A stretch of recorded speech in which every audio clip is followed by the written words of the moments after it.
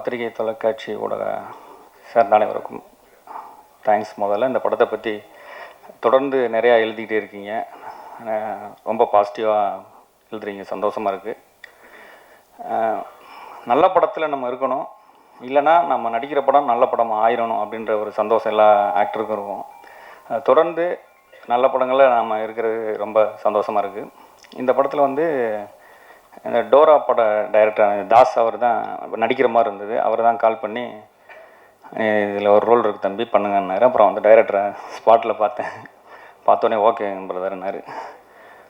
இதில் ஒரு வந்து ஸ்போர்ட்ஸ் ஆஃபீஸில் வேலை பார்க்குற ஒரு அக்கௌண்ட்ஸாக நடிச்சிருக்கேன். டைலாக்ஸ் எனக்கு இந்த படம் நம்ம நடிச்சிட்டோம், எனக்கு ஒரு போர்ஷன் தான் முடிச்சிட்டோம். வந்ததுக்கப்புறம் அந்த ட்ரெய்லர் பார்த்ததுன்னா எனக்கு ரொம்ப அதில் வர டைலாக்ஸ் உண்மையாகவே இந்த படத்தில் வசனங்கள் ஒன்றுமே ஒவ்வொரு வசனமுமே ஒரு படமாக இருக்கக்கூடிய ஒரு படத்துக்கான கதை இருக்கக்கூடிய வசனமாக இருக்குது. ஒரு வசனம் கேட்கும்போது நமக்கு அழுக வர மாதிரி ஆயிடுச்சு. எனக்கு என்னென்னா, நீங்கள் பார்க்குற 29 செகண்ட் கிடையாது சார் என் வாழ்க்கை, அதுக்கு பின்னால் நீங்கள் பார்க்குற 20 செகண்ட் கிடையாது சார் என் வாழ்க்கை, அதுக்கு பின்னால் என்னோட 29 வருஷ கஷ்டம் இருக்குது அப்படின்னு. ஸோ இது வந்து நம்ம சினிமாவுக்கு வந்து வர்ற கஷ்டம், இது ஒவ்வொரு ப்ரொஃபஷன்லையும், சினிமா மட்டும் இல்லை, லைஃப்பில் அச்சீவ் பண்ணவங்க எல்லா பேருக்குமே இந்த வசனம் வந்து கனெக்ட் ஆகும். அப்புறம் வந்து ஒரு வீட்டில் உட்காந்து அவங்க சொல்லுவாங்க, நீங்கள் 2 பேரும் போய் நிம்மதியாக ஒரு வீட்டில் தூங்குற வரையும் இந்த கஷ்டம் தொடரும் இது மாதிரி வசனம் ஒவ்வொரு வசனம். இப்போ இந்த இவங்க மேடம் பேசக்கூட வசனம் சொன்னாங்க, உன் தலைமுறையிலே வாழ்க்கை மாறிடணும்ப்பா அப்படின்னு.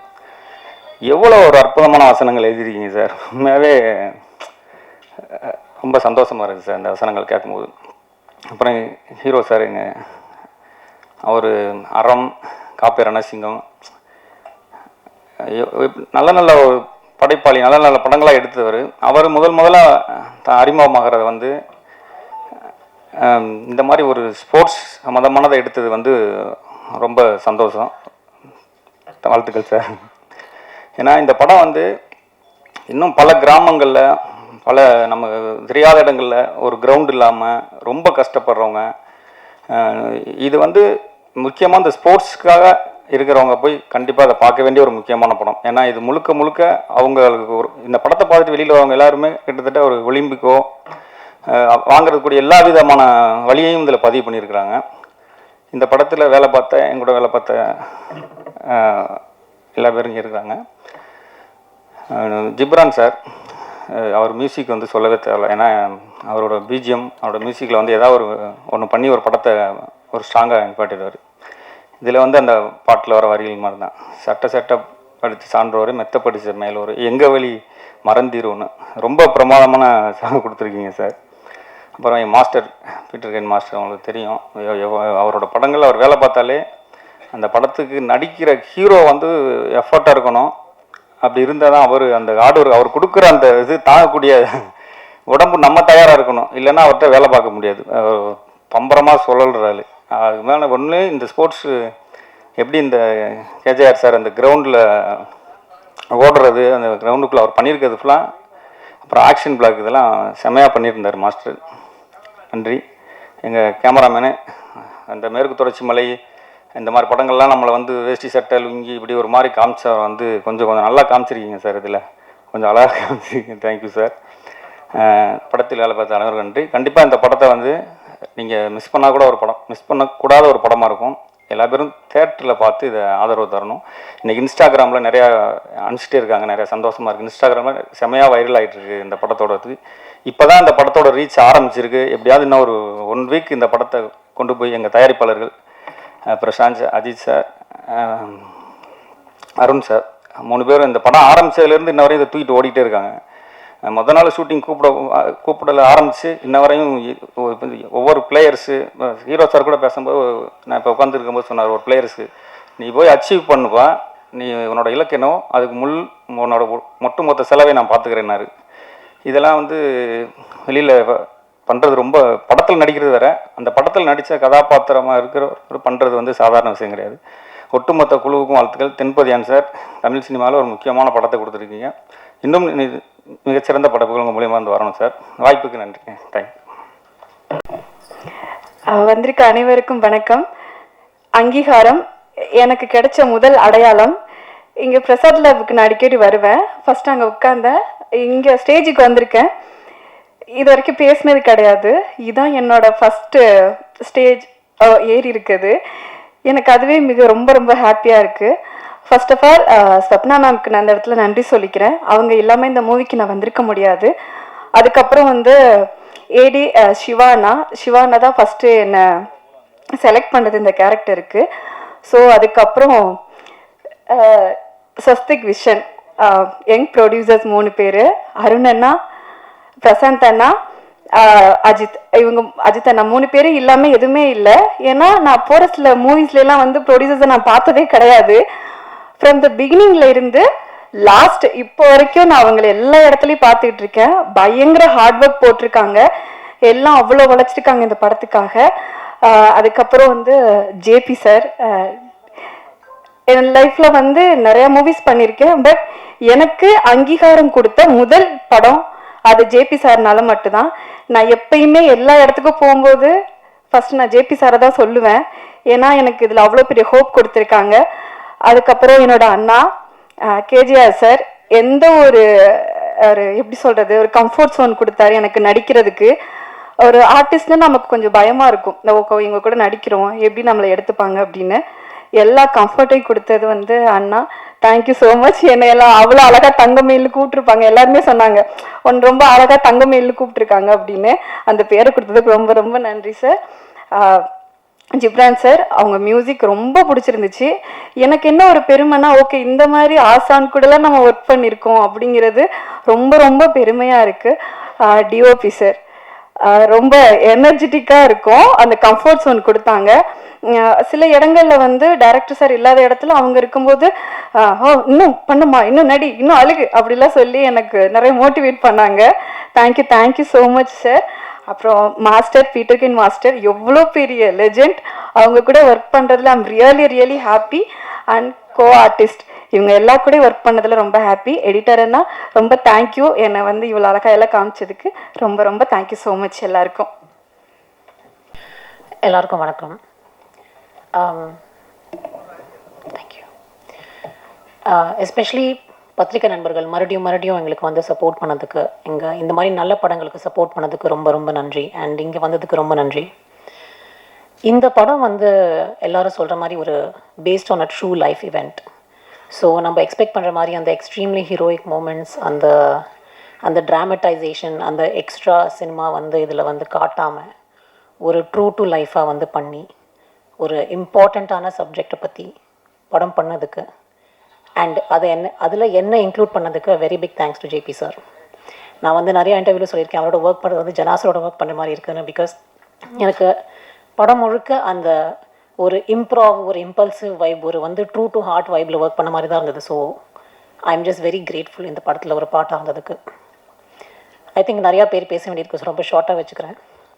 நான் வந்து கேஜிஆர் சார் பண்ணுறாருன்னு என் ஃப்ரெண்ட்ஸ் கிட்ட சொன்ன போது like is it the same KGR, water transformation. இவங்கெல்லாம் வந்து 5 வருஷம் ஜிம் போனவங்க. ஸோ அவங்களாம் வந்து கொஞ்சம் லைட்டாக நீங்கள் ரொம்ப ஃபீல் பண்ணியிருப்பாங்கன்னு நினைக்கிறேன். நீங்கள் பண்ண ஹார்ட் ஒர்க் பார்த்து ரிசல்ட்டை பார்த்து it was very impressive. And Peter Hein master, நான் வந்து நினச்சி பார்க்கல இவரோ இந்த மாதிரி ஒரு பர்சனோட எனக்கு ஒர்க் பண்ண சான்ஸ் கிடைக்கும்னு. அண்ட் ஐ திங்க் இவரோட ஒரு படம் பண்ண ஒரு 5 படம் பண்ண மாதிரி வெரி வெரி ஃபேண்டாஸ்டிக்.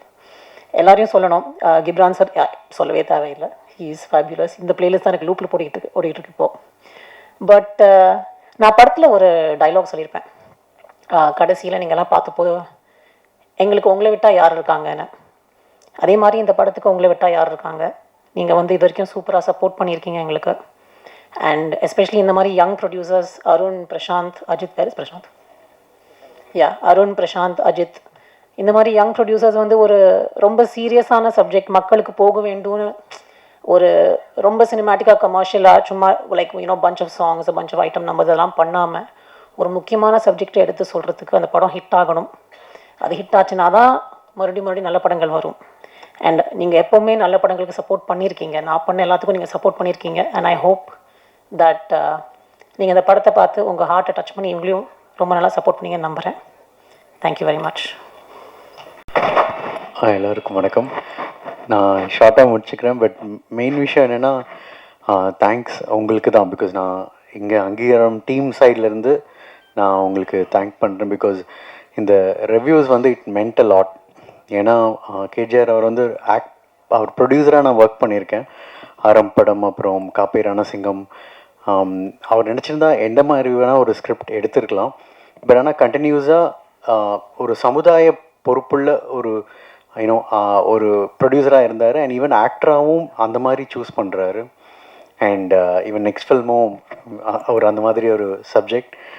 அண்ட் அவர் அந்த அந்த மாதிரி படங்கள் எடுக்கிறதுக்கான காரணம் வந்து உங்களோட சப்போர்ட்டும், ஆடியன்ஸ் வந்து கண்டிப்பாக இந்த மாதிரி இதை கொண்டு போய் சேர்ப்பாங்க அப்படிங்கிறது. அண்ட் அதை ப்ரூவ் பண்ணதுக்கு ரொம்ப ரொம்ப தேங்க்ஸ். அண்ட் இன்னொன்று என்னோடய டைரக்டர் சார்பாக நான் சொல்லிக்கிறேன். பிகாஸ் நாங்கள் ஜேபி மோம். பட் அவர் வந்து ஏன்னா ஒரு கதை சொல்லணும் அப்படிங்கும் பொழுது அதுக்குள்ளே அந்த ஒவ்வொரு ஹியூமன் இமோஷன்ஸை வந்து கன்வே பண்ணுறது வந்து ரொம்ப ரொம்ப கஷ்டம். ஏன்னா நம்ம அந்த பீப்புளோட அவங்களோட உணர்வுகளுக்குள்ளே நம்ம போனால் தான் அது நம்ம உள்வாங்கிக்க முடியும்.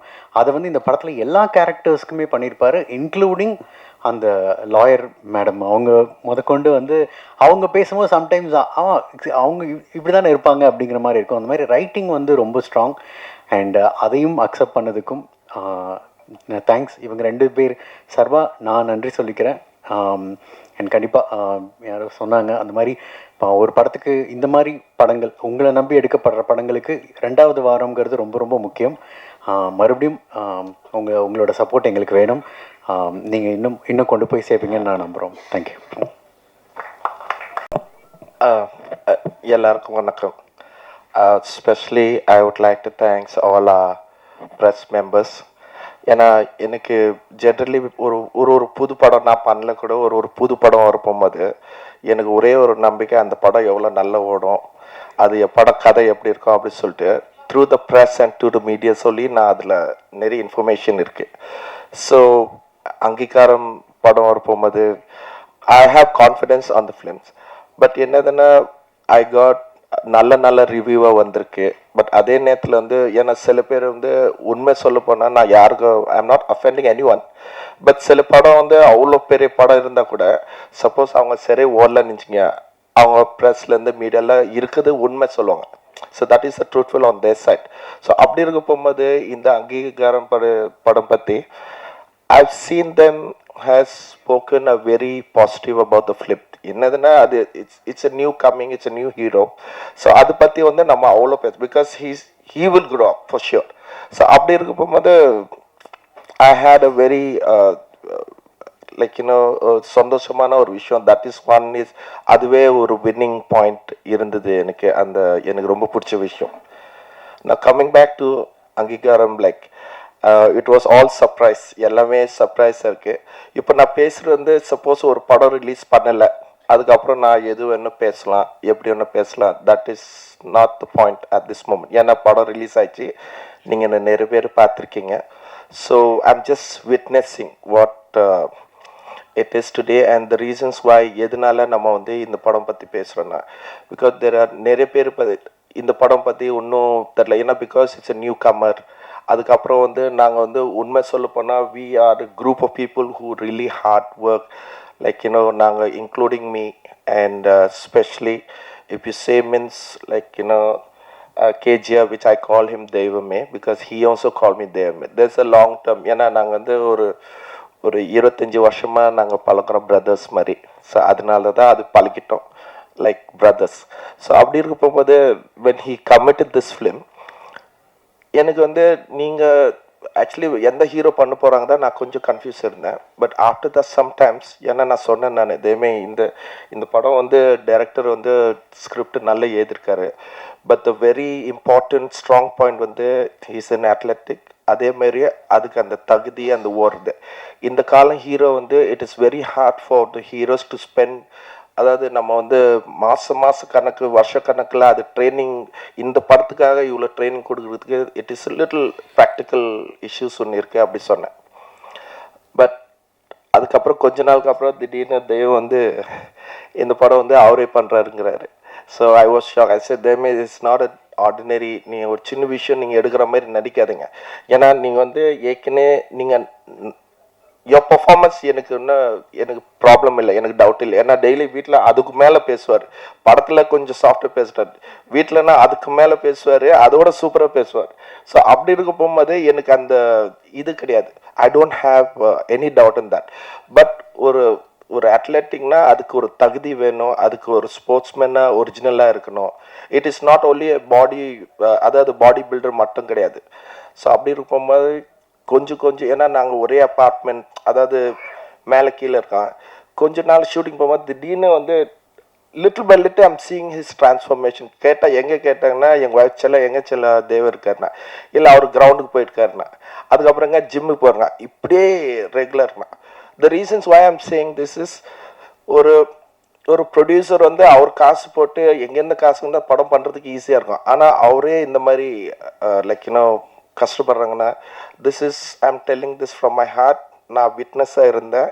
இந்த அங்கீகாரம் படத்துக்கு ஒரு நல்ல ஒரு பேர் இருக்குது, அவருக்கும் சேர வேண்டிய பேர் கரெக்டான பேராக இருக்குது. இந்த ஆங்கர் முன்னாடி சொன்னாங்களே, ஒரு குழந்தைகிட்ட இருந்து அவங்க ஒரு ப்ரைஸ் கொடுத்தா ஒரு அந்த மாதிரி வந்து he deserved this name, the title. ரொம்ப கோஇன்சிடென்ஸாக இருக்குது because of his hard work.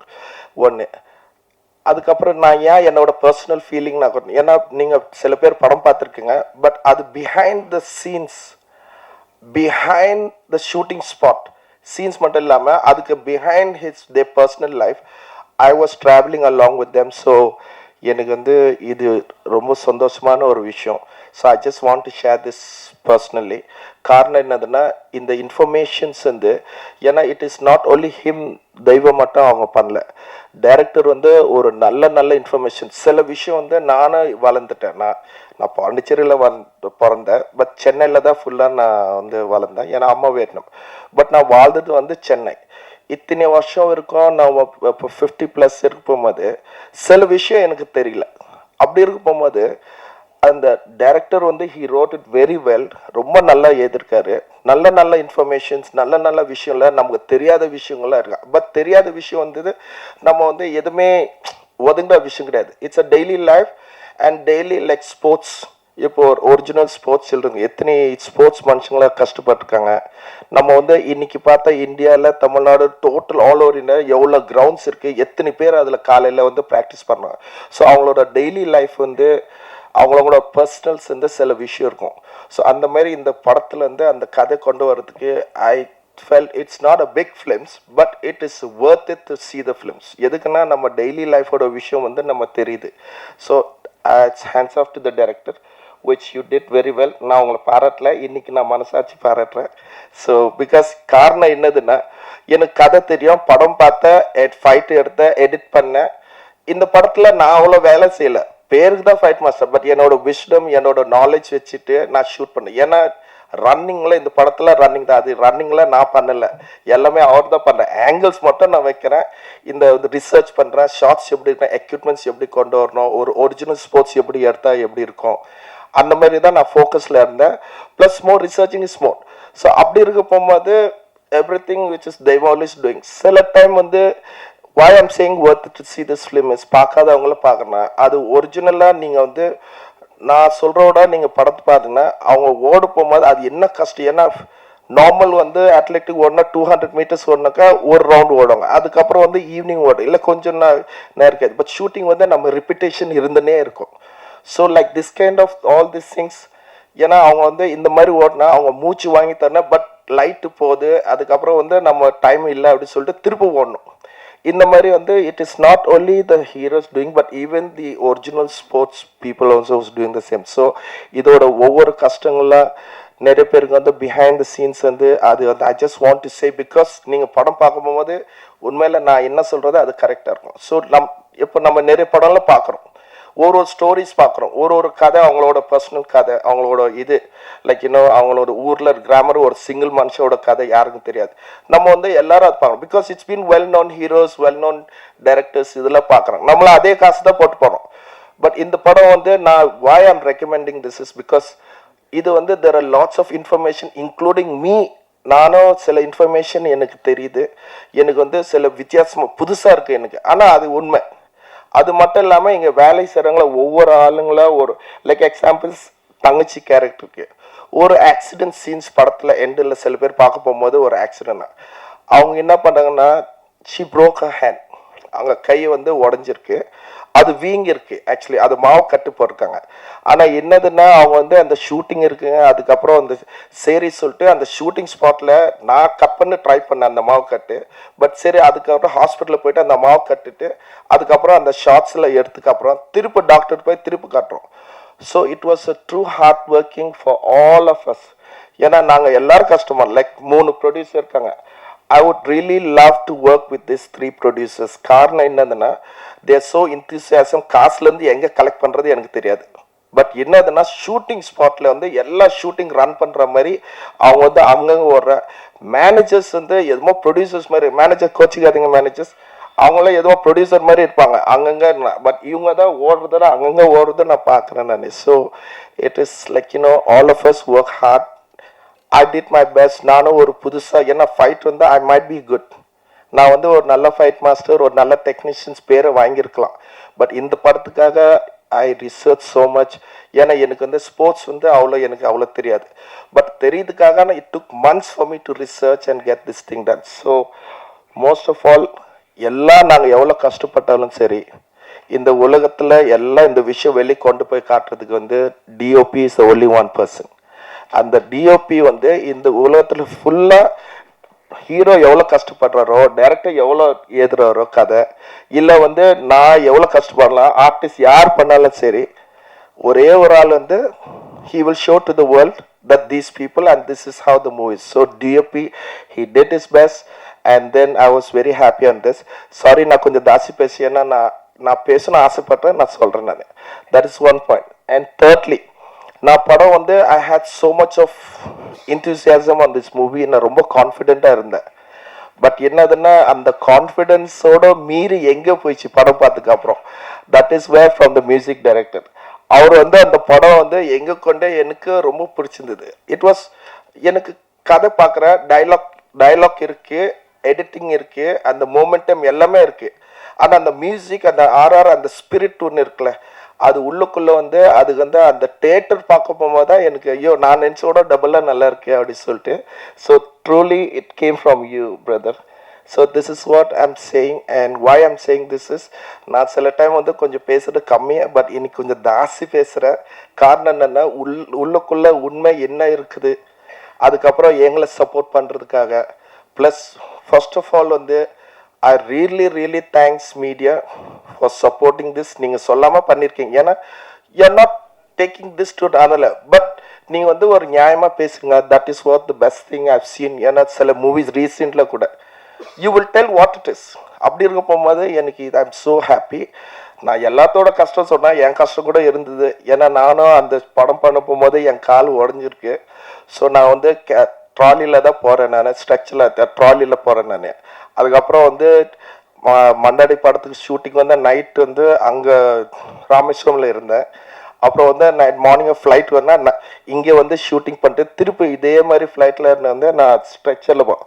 So it is not only me and it is not all of us, but I would like people to encourage. இந்த மாதிரி வந்து நாங்கள் பின்னாடி கஷ்டப்படுறது இந்த மாதிரி from A to Z, from the producers, heroes to directors to productions and artist and every one we suffer.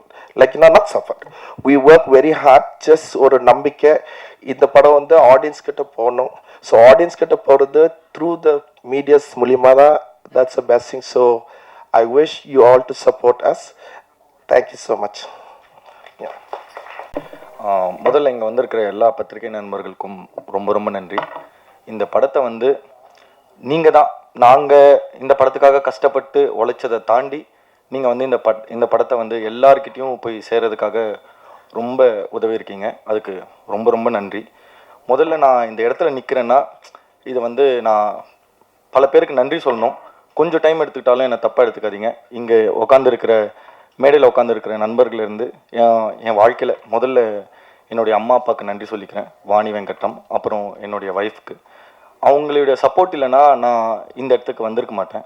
அதுக்கப்புறம் என்னோடய குருக்கள் மலர் மேம், ரமேஷ் சார், அப்புறம் வந்து என்னுடைய மில்டன் சார், சரவணன் சார், அப்புறம் திரு சார், அவங்க கிட்ட ஒர்க் பண்ண நாலேஜ் தான் இன்னைக்கு வந்து பீட்ரைன் மாஸ்டரும் சரி, என்னுடைய இயக்குனர் தென்பதியானும் சரி, அப்புறம் ஹீரோ கேஜிஆர் சாரும் சரி, என் ப்ரொடியூசர்ஸும் சரி, இன்னைக்கு வந்து என்னுடைய விஷுவலை வந்து பாராட்டுறாங்க. என் மேலே அவங்களுக்கு ஒரு நம்பிக்கை வந்ததுன்னா அதுக்கு காரணம் இந்த 5 குருக்கள் தான். இவங்க கிட்ட இருந்து கற்றுக்கிட்ட ஒரு எக்ஸ்பீரியன்ஸ் தான் வந்து இந்த படம் என்னால் இந்த அளவுக்கு பண்ண முடிஞ்சது. அதுக்கடுத்து என்னுடைய நண்பர்கள் விவேக், சங்கத்தமிழன், அப்புறம் வந்து அர்ஜுன். சங்கத்தமிழன் அவன் தான் முக்கியமாக எனக்கு வந்து தென்பதியானை வந்து இன்ட்ரடியூஸ் பண்ணி வச்சது. அவர் இல்லைன்னா நான் அவரை மீட் பண்ணியே இருக்க மாட்டேன். அதுக்கப்புறம் இந்த இடத்துல வந்து நிற்கிறதுக்கு என்னை முதல் நம்பின ஒருத்தர்னா அவர் என்னுடைய இயக்குனர் தென்பதியான் தான்.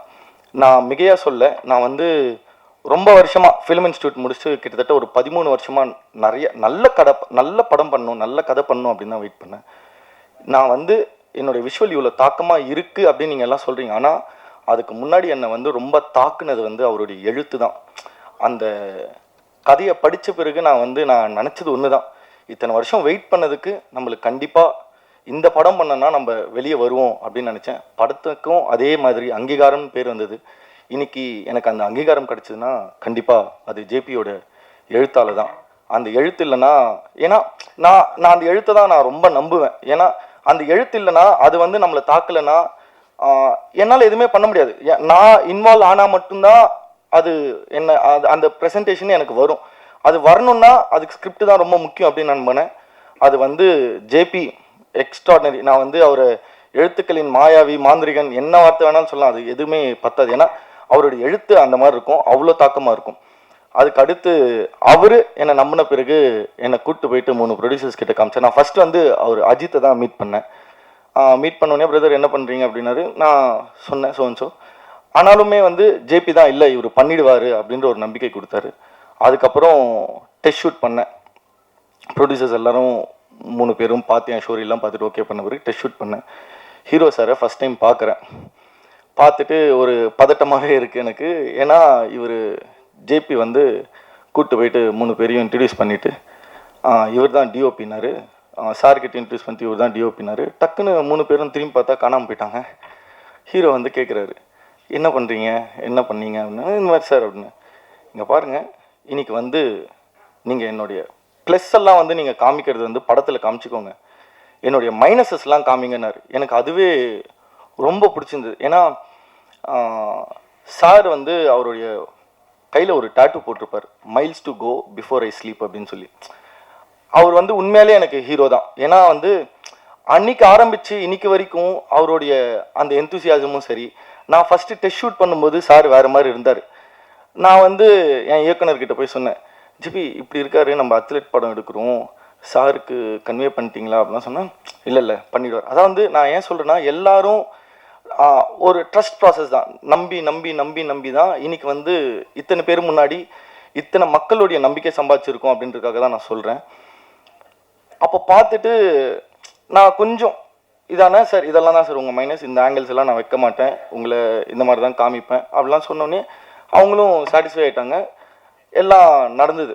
அப்புறம் ஒரு 6 மாதம் ப்ரீ ப்ரொடக்ஷன் ஒர்க்கில் இருக்கும். டக்குன்னு ஒரு நாள் 2-3 ஃபோட்டோஸ் அனுப்புகிறாரு ஜேபி எனக்கு. அன்னைக்கு ஆன ஆச்சரியம், அந்த ஆச்சரியம் தான் இன்னைக்கு எல்லா மக்களுமே ஆச்சரியப்படுறீங்க. அதாவது சாருடைய டிரான்ஸ்ஃபர்மேஷன் நான் சத்தியமாக சொல்கிறேன், இட்ஸ் வாவ் மூமெண்ட். அதாவது வந்து ஜிம்லேருந்து ஒரு 3 ஃபோட்டோஸ் வருது, என்னால் நம்பவே முடியல. அப்புறம் நேரில் ஆஃபீஸில் போய் பார்க்குறேன், அந்த ஷோல்டர் பிளேட்ஸு, காஃப் மசில்ஸு, அந்த 6 பேக் அதெல்லாம் வந்து அவ்வளோ எஃபர்ட் வந்து எனக்கு தெரியல. அதாவது இயக்குனர் எப்படி வந்து அந்த கதையை 8 வருஷம் செதுக்குனாரோ அந்த மாதிரி அவருடைய உடலை செதுக்கி என் முன்னாடி வந்தார். அதுக்கப்புறம் வந்து ப்ரொடக்ஷன் நீங்கள் பார்த்துருப்பீங்க படத்தில் வந்து அந்த தாக்கம் எப்படி இருந்ததுன்னா, ஒரு மனுஷன் கோர்ட்டுக்கும் போகணும், அவனுடைய வாழ்க்கையும் காமிக்கணும், அவன் ஸ்போர்ட்ஸ்லேயும் இருக்கணும். நான் இது வந்து எழுத்துக்கு கண்டிப்பாக அவருடைய தென்பதியானோட எழுத்துக்கு வந்து கண்டிப்பாக நியாயம் பண்ணுன்னு சொல்லிட்டு தான் அது வந்து கதையை வந்து ஒரு 3ஆக பிரித்தோம். கோர்ட் வந்து நாங்கள் அரௌண்ட் ஒரு நீங்கள் படிச்சிருப்பீங்க 75 லட்ச ரூபா கிட்ட செட்டு போட்டு ஒரு பிரம்மாண்டமாக இங்கே வந்து ராமு தங்கராஜுக்கு வந்து நான் கண்டிப்பாக நன்றி சொல்லி ஆகணும். ஏன்னா அவன் டெடிக்கேஷனும் வந்து வேற லெவல், டாப் லெவல். ஏன்னா எல்லாருடைய டெடிகேஷன் அந்த மாதிரி இருந்ததால் தான் நாங்கள் இந்த இடத்துல இருக்கோம் அப்படின்னு நாங்கள் நம்புகிறேன். ஹைகோர்ட்டை போய் பார்த்துட்டு வந்து எங்களுக்கு முன்னாடி ஜெய்பீம் படம் எடுத்திருந்தாங்க. நாங்கள் வந்து அந்த படத்தை தாண்டி நாங்கள் எப்படி மிகையாக இருக்கணும், நாங்கள் அந்த படத்தை தாண்டி இவங்க ஒன்று பண்ணியிருக்காங்கடா, ஒரு புது டீமாக வந்தவங்க வந்து இவ்வளோ பெருசாக ஒன்று பண்ணியிருக்காங்க அப்படின்றதுக்கு வந்து எங்கள் ப்ரொடியூசர் சப்போர்ட் வந்து பயங்கரமாக இருந்தது.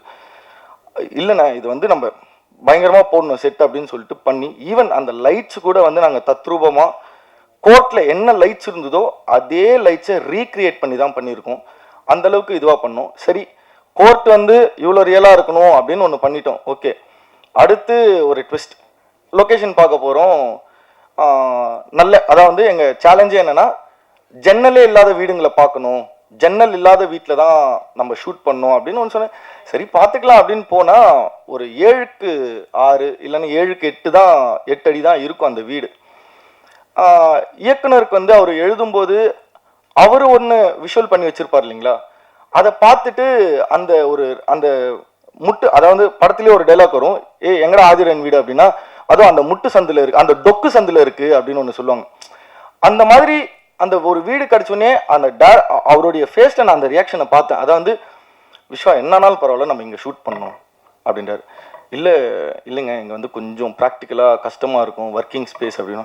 இல்லை விஸ்வா இது வந்து படத்தில் ரொம்ப பெருசாக தெரியும், நம்ம இங்கே தான் பண்ணணும் அப்படின்னு சொல்லி எனக்கு ரொம்ப நம்பிக்கை கொடுத்தவர் வந்து அவர் தான்.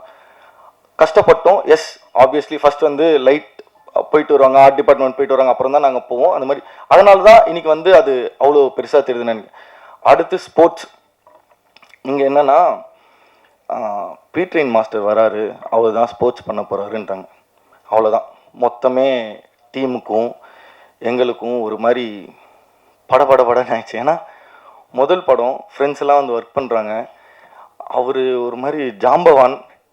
எனக்கு வந்து ஒன்றும் புரியல, இது வந்து கனவா நினைவா அதெல்லாம் தாண்டி பயம்தான் ரொம்ப ஜாஸ்தியாக இருந்தது. ஆனால் மாஸ்டர் ஃபஸ்ட்டு டே செட்டுக்கு வந்ததுலேருந்து கடைசியாக முடிக்கிற வரைக்கும் அந்த மாதிரி பர்சனை நான் பார்க்கல. நான் மிகையாக சொல்ல, அதாவது எங்களை எங்கேயுமே வந்து அவர் வந்து ஒரு மென்டராக ஒரு கைடாக இப்படி பண்ணலாம், இதை பண்ணலாம், இந்த லென்ஸ் போடுவோம், அதை போடுவோம், இதை வர வைப்போம், இந்த மாதிரி பண்ணுவோம், அதை அந்த மாதிரி பண்ணுவோன்னு சொல்லிட்டு ஒரு நாவல் மாதிரி எக்ஸ்பிளைன் பண்ணுவார். ஒரு சீனை, ஹீரோ வரான், இப்படி வரான், அப்படி போகிறான், உக்காடுறான், போகிறான் அப்படின்னு சொன்ன அந்த ஒரு சப்போர்ட் தான் இன்னைக்கு வந்து அந்த விஷுவல்ஸ் இருக்கு. அவர் வந்து நான் தான் காமிச்சேன் அப்படின்றாரு. இல்லை, அது வந்து அவருடைய பெருந்தன்மை தான். உண்மையாக அவர் கூட ஒர்க் பண்ணுறதுக்கு வந்து நான் வந்து ரொம்ப கொடுத்து வச்சிருக்கேன்னு தான் சொல்லணும். ஏன்னா அவ்வளோ நாலேஜ், அவ்வளோ சப்போர்ட். அதாவது வந்து என்னோட அசிஸ்டன்ஸ்லாம் வந்து அவரு கூட போய் அசிஸ்டண்ட்டாக ஒர்க் பண்ண ஆரம்பிச்சிட்டாங்க என்னை விட்டுட்டு. ஏன்னா அவ்வளோ ஈர்ப்பு அவர்கிட்ட. அவரு இல்லைன்னா வந்து இந்த போர்ஷன்லாம் வந்து கிடையாது. நான் வந்து ஜஸ்ட் ஒரு துளி தான் அவர் முன்னாடி. அவர் கொடுத்த சப்போர்ட்டால தான் அந்த விஷுவல்ஸ் எல்லாம், ஸ்போர்ட்ஸ் விஷுவல்ஸ் எல்லாம் உங்களுக்கு அப்படி வந்திருக்கு, அந்த ஃபைட் விஷுவல்ஸுமே அப்படி வந்திருக்கு. அடுத்து சொல்லணும்னா ஜிப்ரான் சார். ஆக்சுவலாக விஷுவல்ஸ் வந்து நான் விஷுவல் ஷூட் பண்ணுவோம், அங்கே டைலாக்ஸ் மட்டும்தான் நாங்கள் கேட்போம். கிரேடிங் பண்ணும்போதுமே வந்து பெருசாக டைலாக்ஸ் எதுவுமே இருக்காது. நான் சும்மா டப்பிங்கோட பார்த்தாலுமே வந்து நம்மளுக்கு வந்து அந்த பெரிய இம்பேக்ட் இருக்காது. நம்மளுக்கு தெரியும் இந்த கதை வந்து கண்டிப்பாக நல்ல படமாக இருக்கும் அப்படின்றது வந்து எனக்கு தெரியும். ஆனாலுமே வந்து ஃபஸ்ட் டைம் வந்து க்யூப் செக்கிங்காக போயிட்டு எல்லாரும் படம் பார்க்குறோம் டெக்னீஷியன்லாம். நீங்கள் நம்ப மாட்டீங்க, ஜிப்ரான் சார் நீங்கள் வந்து அவுட்ஸ்டாண்டிங் சார். லைக் வந்து யாரும் உங்களை நிறைய பேர் பாராட்டிட்டு இருப்பாங்க சார், என் பாராட்டெல்லாம் ஒன்றும் கிடையாது. பட் உண்மையாக சொல்கிறேன், கண்ணெல்லாம் கழங்கி நேராக போய் டைரக்டரை கட்டிப்பிடிச்சி அன்றைக்கி அழுதது தான். அன்றைக்கி நைட்டு ஃபுல்லாக வீட்டுக்கு போய் என் ஒய்ஃபை கட்டிப்பிடிச்சி அழுதேன், எல்லாருக்கும் ஃபோன் பண்ணி அழுதேன். அதாவது வந்து நான் அழுதது வந்து கவலையிலையோ சோகத்துலையோ கிடையாது, ஒரு சந்தோஷத்தில். அதாவது வந்து ஜேபி கிட்ட நான் கட்டிப்பிடிச்சி ஒரே வார்த்தை சொன்னேன், ஜேபி ஜெயிச்சிட்டோம் நம்ம, அவ்வளோதான் அப்படின்ற மாதிரி ஒன்று சொன்னேன். நீங்கள் இன்னைக்கு பத்திரிகை நண்பர்களும் அதே ஃபீலிங்கோடு தான் எங்கள் படத்தை பற்றி ரொம்ப பாசிட்டிவாக எழுதி எல்லாருக்கிட்டையும் கொண்டு போய் சேர்த்தீங்க. எல்லாருமே இன்னைக்கு வந்து புகழ்கிறாங்கன்னா உங்களுடைய முதல் ரிவ்யூவை பார்த்து தான் எல்லாரும் புகழ்கிறாங்க. அதுக்கப்புறம் இதில் நடித்த எல்லா நடிகர்களுமே சரி, ஆண்டனி சார் வந்து அழகாக காமிச்சுன்றாரு. இல்லை ஆக்சுவலாக நீங்கள் நல்லா இருக்கீங்க சார், கலரிஸ்ட்டுமே அந்த காம்ப்ளிமெண்ட் கொடுக்க சொன்னார். உங்கள் ஸ்கின் டோனில் அந்த லைட் எல்லாமே இதுவாக இருந்தது. அப்புறம் எல்லாம் எடுத்துட்டு போய் எடிட்டிங்னு ஒரு ப்ராசஸ் வரும், எல்லாத்தையும் எங்கே வெட்டி தூக்கிடுவாரோ அப்படிலாம் பயந்தேன். பட் வந்து உண்மையை சொல்லணும், ரொம்ப பொறுமை. அவர் பேசக்கூட மாட்டார், அவருடைய ஒர்க் தான் பேசும். அதுதான் இன்னைக்கு பேசுது. இன்னைக்கு வந்து தமிழ்நாட்டில் பார்க்குற மக்கள்லாம் வந்து அழுவுறீங்க. அந்த சீன் வந்து நான் படத்தில் பார்க்கும்போது ஆடியன்ஸ் ரியாக்ஷனில் அந்த காலை வெட்டி எடுக்கும்போது அப்படின்றாங்க, அம்மா இறந்த போதெல்லாம் அது எல்லாத்தையுமே எங்கே சஸ்டெயின் கொடுக்கணும், எங்கே வெட்டணும், எங்கே எடுக்கணும் அப்படின்னு சொல்லிட்டு எல்லாமே பண்ணவர் அவர் தான். அவர் வந்து இது வந்து இப்போ நான் சொன்னேன் இல்லைங்களா, இதில் வந்து ரெண்டு பெரிய ஜாம்பவான்கள் வந்து பீட்டர் மாஸ்டரும் ஜிப்ரான் சாரா இருந்தாலுமே மற்ற எல்லாருக்குமே முதல் படம், முதல் அங்கீகாரம் கொடுத்த படம். அங்கீகாரம் கொடுக்குற அளவுக்கு நீங்களும் எங்களுக்காக உதவி இருக்கீங்க. ரொம்ப நன்றி, ரொம்ப நன்றி. தேங்க்யூ. இருந்தேன். ஸோ என்னோட சினிமா ஜேர்னி வந்து அவர்கிட்ட இருந்தால் ஆரம்பிச்சது. அவருக்கு என்னோட முதல் நன்றி. ரெண்டாவது நன்றி வந்து கேஜிஆர் சாருக்கும் ப்ரொடியூசர்ஸ்க்கும். ஏன்னா நான் ஃபஸ்ட்டு கமிட் ஆனது வந்து சாரோட செகண்ட் ஃபிலிமுக்கு. அதில் வந்து ஒரு சின்ன போர்ஷன் எடிட் மட்டும் பார்த்துட்டு, தேங்க்ஸ்ண்ணே. ஸோ அதில் ஒரு சின்ன போர்ஷன் எடிட் மட்டும் பார்த்துட்டு என்னை நம்பி அவரோட ஃபஸ்ட்டு படத்தையும் கொடுப்பார் அப்படிங்கிறது வந்து எனக்கு ரொம்ப சர்ப்ரைஸாக இருந்துச்சு. ஏன்னா ரொம்ப ஷார்ட் டைமு. ஸோ அந்த கால் எடுத்த அவங்களுக்கு வந்து செகண்ட் நன்றி. அண்டு மூணாவது தேங்க்ஸ் வந்து ஜேபி அண்ணன், டைரக்டரு. ஸோ என்னை பற்றி எதுவுமே தெரியாமல் இந்த படத்துக்குள்ளே நான் வந்ததும் என்னை நம்பி என் கூட ட்ராவல் பண்ணி நான் எடுத்த டிசிஷனுக்குலாம் வந்து சப்போர்ட்டாக இருந்தவர் அவர். ஸோ அவருக்கு மூணாவது நன்றி. கண்டிப்பாக என்னோடய ஃபேமிலி ஃப்ரெண்ட்ஸ் எல்லாருக்குமே இங்கே நான் தேங்க் பண்ணி ஆகணும். அண்டு டெக்னீஷியன்லாம் பார்த்தோன்னா நான் வந்து ஏதோ காலேஜில் வந்து ஒரு ஜூனியர் மாதிரி எனக்கு ஃபீல் ஆகும் அப்பப்போ. ஏன்னா இருந்த எல்லாருமே ரொம்ப பெரிய ஆட்களாக இருப்பாங்க. And Ghibran sir, Peter master, Sampath sir and Viswa bro எல்லாருமே ரொம்ப பெரிய ஆட்களாக இருப்பாங்க. எனக்கு வந்து ஒரு ஜூனியர் ஃபீல் அப்பப்போ வந்துகிட்டே இருக்கும். அவங்க கூடலாம் ஒர்க் பண்ணுறது வந்து ரொம்ப பெரிய விஷயம். அண்டு பீட்டர் மாஸ்டர் செட்டில் உங்களோட எனர்ஜி பார்க்கும்போது எனக்கு ரொம்ப சர்ப்ரைஸாக இருந்துச்சு மாஸ்டர். ரொம்ப ரொம்ப நன்றி. அண்டு ஜிப்ரான் சார் ரொம்ப ஷார்ட் டைமில் பேக்ரவுண்ட் ஸ்கூலில் நீங்கள் பண்ண மேஜிக் வந்து படத்துக்கு வந்து பெரிய சப்போர்ட்டாக இருந்தது. ஸோ அதுக்கும் சாருக்கு நன்றி. அண்டு விஸ்வா ப்ரோ, அவரும் நானும் வந்து ஒரு சீனியர் ஜூனியர் மூட்லேயே இருப்போம். ஃபஸ்ட்டு ஒரு சின்ன கிளாஸில் ஆரம்பித்து அப்புறம் எங்களுக்குள்ள ஒரு நல்ல பாண்டிங் இருக்குது. ஸோ அவர் வந்து என்ன இன்புட்ஸ்னாலும் எடுத்துகிட்டு வந்து இப்படி ஒன்று பண்ணலாமான்னும் போது அங்கே ரொம்ப ஒரு கொலாபரேட்டிவாக அவருக்கு கொடுத்த ஸ்பேஸும் சரி, சில இடங்களில் நான் சொல்கிற சஜஷன்ஸ் வந்து ரொம்ப அவர் புரிஞ்சுக்கிட்டு இது ஓகே கரெக்டாக இருக்கும் அப்படின்ட்டு பண்ணதாகட்டும், அவருக்கும் ரொம்ப நன்றி. அண்டு அங்கீகாரம் வந்து ஒரு படமாக டபுள் ஜானர் படம் இது. ஆக்சுவலாக ஒரு 2 படம் நீங்கள் பார்க்குற மாதிரி வேறு இருக்கும். ஏன்னா இந்த பக்கம் பார்த்தீங்கன்னா ஸ்போர்ட்ஸ் இருக்கும், இந்த பக்கம் ஃபுல்லாக கோர்ட் இருக்கும். ஸ்போர்ட்ஸை பொறுத்த வரைக்கும் என்னென்னா இந்த ரன்னிங் வந்து அதை ட்ரீட் பண்ணுற விதமே கொஞ்சம் ஒரு அட்வென்ச்சர் மாதிரி தான் இருக்கும். ஏன்னா அந்த ரன்னிங் அப்படிங்கிறது நீங்கள் ரியலாக பார்த்தீங்கன்னா ரொம்ப ஆரம்பித்து டக்குன்னு முடிஞ்சிடும். ஒரு ஃப்ராக்ஷன் ஆஃப் செகண்டில் 20 செகண்ட் முடிஞ்சிடும், அவ்வளோதான் இருக்கும்.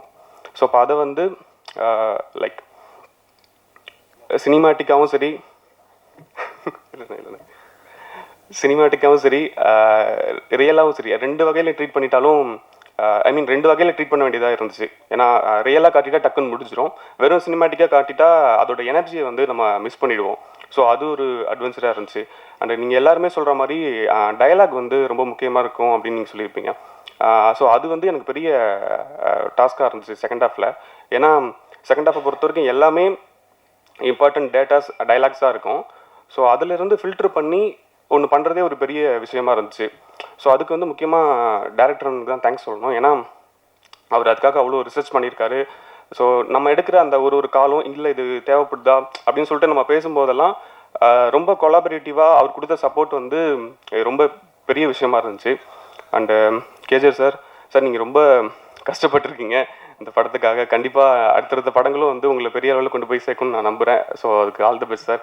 அண்டு சார் வந்து ரொம்ப எக்ஸ்பீரியன்ஸான ஆள் இங்கே இண்டஸ்ட்ரியில். நான் வந்து இப்போ தான் வந்திருக்கேன், ஒரு முதல் படம் பண்ணியிருக்கேன். அப்படின்றப்ப சில விஷயங்கள் டிஸ்கஸ் பண்ணும்போது சார் இது இப்படி பண்ணிக்கலாம் சார் அப்படின்னு சொல்லும்போது அதை ரொம்ப ஸ்ட்ராங்காக வேல்யூ பண்ண விதம் வந்து எனக்கு ரொம்ப சர்ப்ரைஸாக இருந்துகிட்டே இருக்கும். அது வந்து படத்தோட ஸ்டார்டிங்கில் ஆரம்பித்து ட்ரெய்லர் வரைக்குமே, ட்ரெய்லர் கூட ஒரு ஷார்ட் சொல்லிகிட்டே இருந்தார். இல்லை சார் இது போதும் சார் இவ்வளோ தான் சார் அப்படின்னு சொல்லும்போது சரி ஓகே நீ இதுக்கு மேலே வந்து இது பண்ண மாட்டேன் அப்படின்னு சொல்லிட்டு போயிடுவார் சார். ஸோ அதெல்லாமே ரொம்ப முக்கியமாக இருந்துச்சு. அண்டு படம் வந்து நிறைய உண்மைகளையும் வழிகளையும் பேசியிருக்கு. இது இப்போ ரீச் ஆகிருக்கிறத விட இன்னும் ஒரு படி மேலே ரீச் ஆகணுன்றதுக்கு வந்து உங்களோட ஹெல்ப் தேவை. கண்டிப்பாக இந்த படம் எல்லாருக்கும் அங்கீகாரம் கொடுக்கும் அப்படின்னு நான் நம்புகிறேன். So thank you.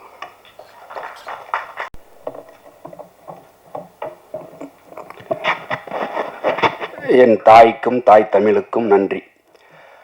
வந்திருக்கிற அனைத்து பத்திரிகையாளர்களுக்கும் ரொம்ப பொறுப்போட நான் ரொம்ப மகிழ்ச்சியோடையும் நன்றி சொல்லிக்கிறேன்.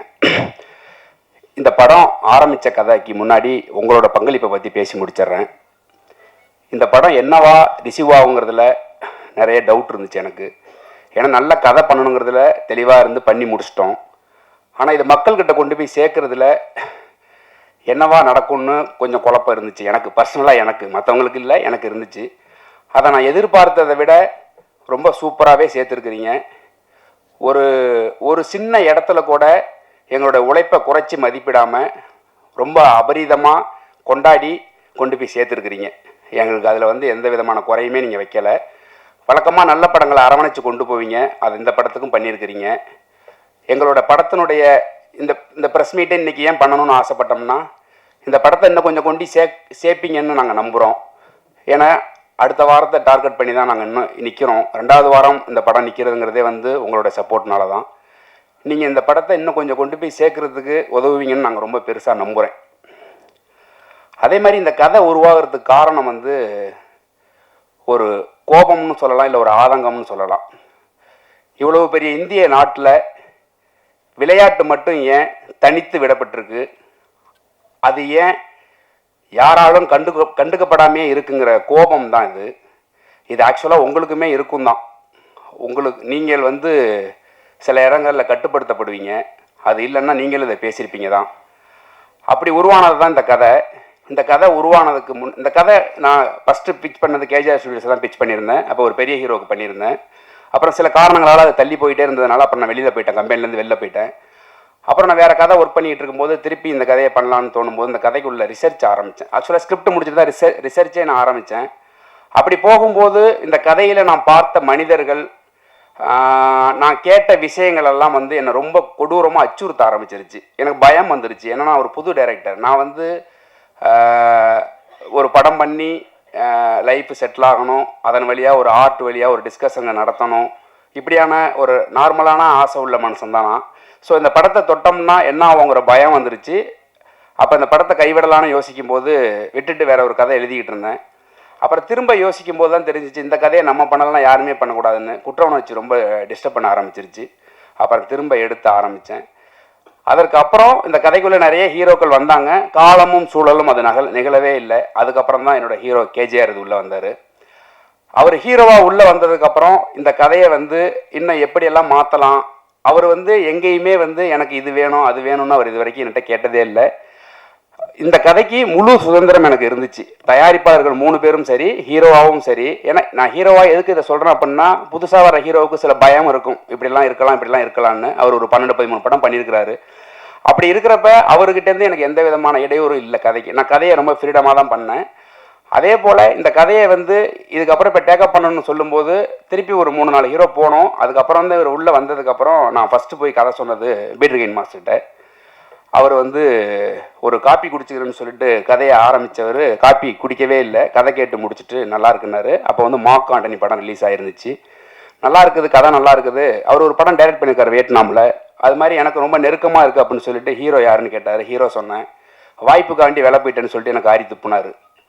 அப்போ தான் நான் மாஸ்டர்கிட்ட சொன்னேன், இல்லை மாஸ்டர் நான் ஒன்று பண்ணி காட்டுறேன் மாஸ்டர், இல்லை நான் இண்டஸ்ட்ரியை விட்டு போயிடுறேன்னு சொல்லிட்டு வந்தேன். இல்லை அவ்வளோ பெரிய வார்த்தையெல்லாம் நீங்கள் சொல்லாதீங்க அப்படின்னாரு. அதுக்கப்புறம் பூஜையில் தான் மாஸ்டரை கூப்பிட்டு கேட்டேன், மாஸ்டர் இப்போ ஓகேவான்னு கேட்டு. மாஸ்டர் அப்போ தான் உள்ளே வந்தார். ஆனால் மாஸ்டர் அதுக்கு முன்னாடி கதை கேட்டுட்டு இதில் எனக்கு என்ன வேலை அப்படின்னு கேட்டார். எந்த சண்டையுமே இல்லையே அப்படின்னாரு. இல்லை மாஸ்டர் எனக்கு ஸ்போர்ட்ஸ் பண்ணி கொடுக்கணும்னு நான் ஆசைப்பட்றேன் அப்படின்னு சொல்லி அப்படி தான் மாஸ்டர் உள்ளே வந்தார்.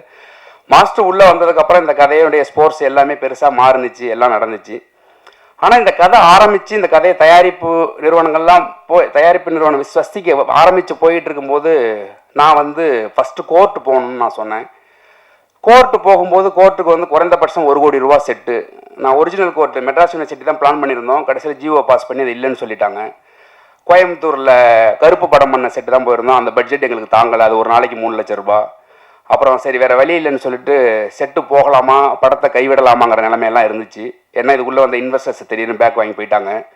அதுக்கப்புறம் பிரசாந்த், அருண், அஜித் இவங்க தான் முழுசாக இந்த கதைக்குள்ளே நின்று பண்ணிடலாம் அப்படின்னு சொல்லிட்டு வந்தபோது நான் முதல்ல கேட்டது கோர்ட். அது எனக்கு கேட்டது 75 லட்சம் ரூபா. ஒரு புது டைரக்டரை நம்பி முதல்ல 75 லட்சம் ரூபா செட்டு போட்டு கோர்ட் போர்ஷன் போகலாமாங்கிறது எனக்கு எதுவும் என் காதுக்கு வரல. நான் கோர்ட்டு தான் வேணும்னு சொல்லி கோர்ட் ஷூட்டெல்லாம் முடிச்சுட்டு ஏரியாவில் ஷூட் பண்ணிகிட்டு இருக்கும்போது எனக்கு வந்து ஹீரோ ஃபோன் பண்ணார். நீங்கள் கோர்ட்டு கேட்டப்போ வந்து நான் உள்பட நிறைய பேருக்கு உங்கள் மேலே கோபம் இருந்துச்சு. ஏன்னா ஒரு புது டைரக்டர் வந்து எடுத்தோடனே கோர்ட் வேணும்னு கேட்குறாரு, அதுவும் 75 லட்ச ரூபா கேட்குறாரு, இது எப்படி சாத்தியம் அப்படின்னு நிறைய கோபம் இருந்துச்சு, நிறைய பேருக்கு இருந்துச்சு அப்படின்னாரு. அது அப்போ சொன்னார், ஆனால் நீங்கள் விடாப்பிடியாக இருந்து அந்த கோர்ட் வாங்கி நீங்கள் ஒன்று பண்ணிவிட்டு இப்போ ஒன்று பண்ணுறது வந்து நீங்கள் என்ன நினச்சி பண்ணீங்களோ அது ஒர்க் அவுட் ஆகிருக்கு அப்படின்னாரு. எனக்கு என்னென்னா பயம், எனக்கு வந்து நான் என் ஹீரோவை வந்து நான் ப்ரெசென்ட் பண்ணுறதை வந்து ஒருத்தங்க கூட ரிஜெக்ட் பண்ணக்கூடாதுன்னு ரொம்ப தெளிவாக இருந்தேன். அவர் தயாரிப்பார், அதெல்லாம் எனக்கு தேவையில்லாத விஷயம். என்னோட ஹீரோ என் கதைக்குள்ளே இருக்கிற கதையினுடைய மாந்தன் நான் கொண்டாந்து மக்கள் முன்னாடி வைக்கும்போது அந்த ஹீரோவை யாருமே ரிஜெக்ட் பண்ணக்கூடாதுன்னு ரொம்ப தெளிவாக இருந்தேன். அப்படி இருக்கிறப்ப கேஜேஆருக்கு வந்து இது முதல் படம், அவருக்கு நடிப்பு எந்த அளவுக்கு இருக்குங்கிறதுல எனக்கு ஒரு சின்ன டவுட் இருக்கிறதுனால கதைப்படி 2வது பாகத்தில் வர கோர்ட்டை நான் முதல்ல ஷூட் பண்ணேன். சில நடுக்கம் தயக்கம் எல்லாத்தையும் நான் கோர்ட்டில் யூஸ் பண்ணேன். ஏன்னா கதைப்படி அவன் கோர்ட்டுக்கு போகும்போது பயப்படணும், நடுங்கணும். ஆனால் அதை ஷூட் பண்ணி அவரை எக்ஸ்பீரியன்ஸாக மாற்றி ஃபர்ஸ்ட் ஹாஃபை செகண்டாகவும் செகண்ட் ஹாஃபை ஃபர்ஸ்டாகவும் நான் ஷூட் பண்ணேன். அதனுடைய அவுட்புட்டை இன்றைக்கி அவர் அனுபவிக்கிறார். அந்த அன்னைக்கு எனக்கு ஃபோன் பண்ணி சொன்னார், நான் அன்னைக்கு ஒரு வார்த்தை ஒன்று சொன்னேன், அந்த ரெக்கார்டிங்கோட நான் வச்சிருக்கிறேன், நான் இன்னைக்கு தான் டைரக்டராக நான் ஃபீல் பண்ணுறேன் அப்படின்னு சொல்லிட்டு நான் சொன்னேன். உங்களுக்கு ஞாபகம் இருக்கும்னு நினைக்கிறேன். அந்த மாதிரி இந்த கதையில் நிறைய சம்பவங்கள் நடந்திருக்குது. ஏன் இதை நான் குறிப்பிட்டு சொல்கிறேன் அப்படின்னா, அப்படி சின்ன சின்னதாக பார்த்து பண்ணி தான் இந்த படத்தை வந்து நாங்கள் ரொம்ப பொறுப்போடு தான் இந்த படத்தை கொண்டாந்து விட்டுருக்குறோம். அதே மாதிரி இந்த படத்துக்குள்ளே வந்த இன்வெஸ்டர்ஸ் பேக் வாங்கினதுக்கு அப்புறம் இவங்க 3 பேரும் அந்த படத்தை எங்கே போய் என்ன பண்ணாங்க, எதை விற்றாங்க, என்ன பண்ணாங்கன்னு தெரியாமல் தான் அந்த படத்தை நடத்தி முடிச்சிருக்கிறோம். இப்போ இந்த படம் வந்து உங்கள் முன்னாடி நாங்கள் கொடுத்துருக்குறோம். அதை நீங்கள் வந்து நாங்கள் எந்த அளவுக்கு பொறுப்போடு பண்ணமோ அதே பொறுப்போடு தான் நீங்கள் அணுகிருக்கிறீங்க. எனக்கு அதில் வந்து ரொம்ப சந்தோஷம் எனக்கு. அதே மாதிரி இந்த படத்துக்குள்ளே first Ghibran sir, technician wise இப்போ பேசுகிறேன். ஜிப்ரன் சார் உள்ளே வந்தது வந்து எனக்கு ப்ரொடக்ஷனில் கொடுத்த மியூசிக் டைரக்டர், வேறு மியூசிக் டைரக்டர். எனக்கு ஹைதராபாத் கதை சொல்ல போகணும், என் மூஞ்சி சரியில்லை, என்னை கூப்பிட்டு கேட்டாங்க ஏன் மோரை தொங்குதுன்னு. இல்லை நான் ஜிப்ரன் சார் பார்க்கணும் அப்படின்னேன். அப்புறம் உடனே போங்க அப்படின்னாங்க. நான் ஜிப்ரன் சாரை போய் பார்த்தேன். எனக்கு கதை சொல்ல வராது, 10 நிமிஷத்துக்கு மேலே எனக்கு கை காலெலாம் உதற ஆரம்பிச்சிடும், கதை சொல்ல வராது. நான் 10 நிமிஷம் கதை சொன்னேன். கதை சொல்லி முடித்தோடனே அவர் ஒன்று சொன்னார், நீங்கள் கதை பண்ணியிருக்கிற லேண்ட்ஸ்கேப்பில் நான் 2 வருஷம் ஒர்க் பண்ணியிருக்கிறேன் என்ஜிஓவில் அப்படின்னாரு.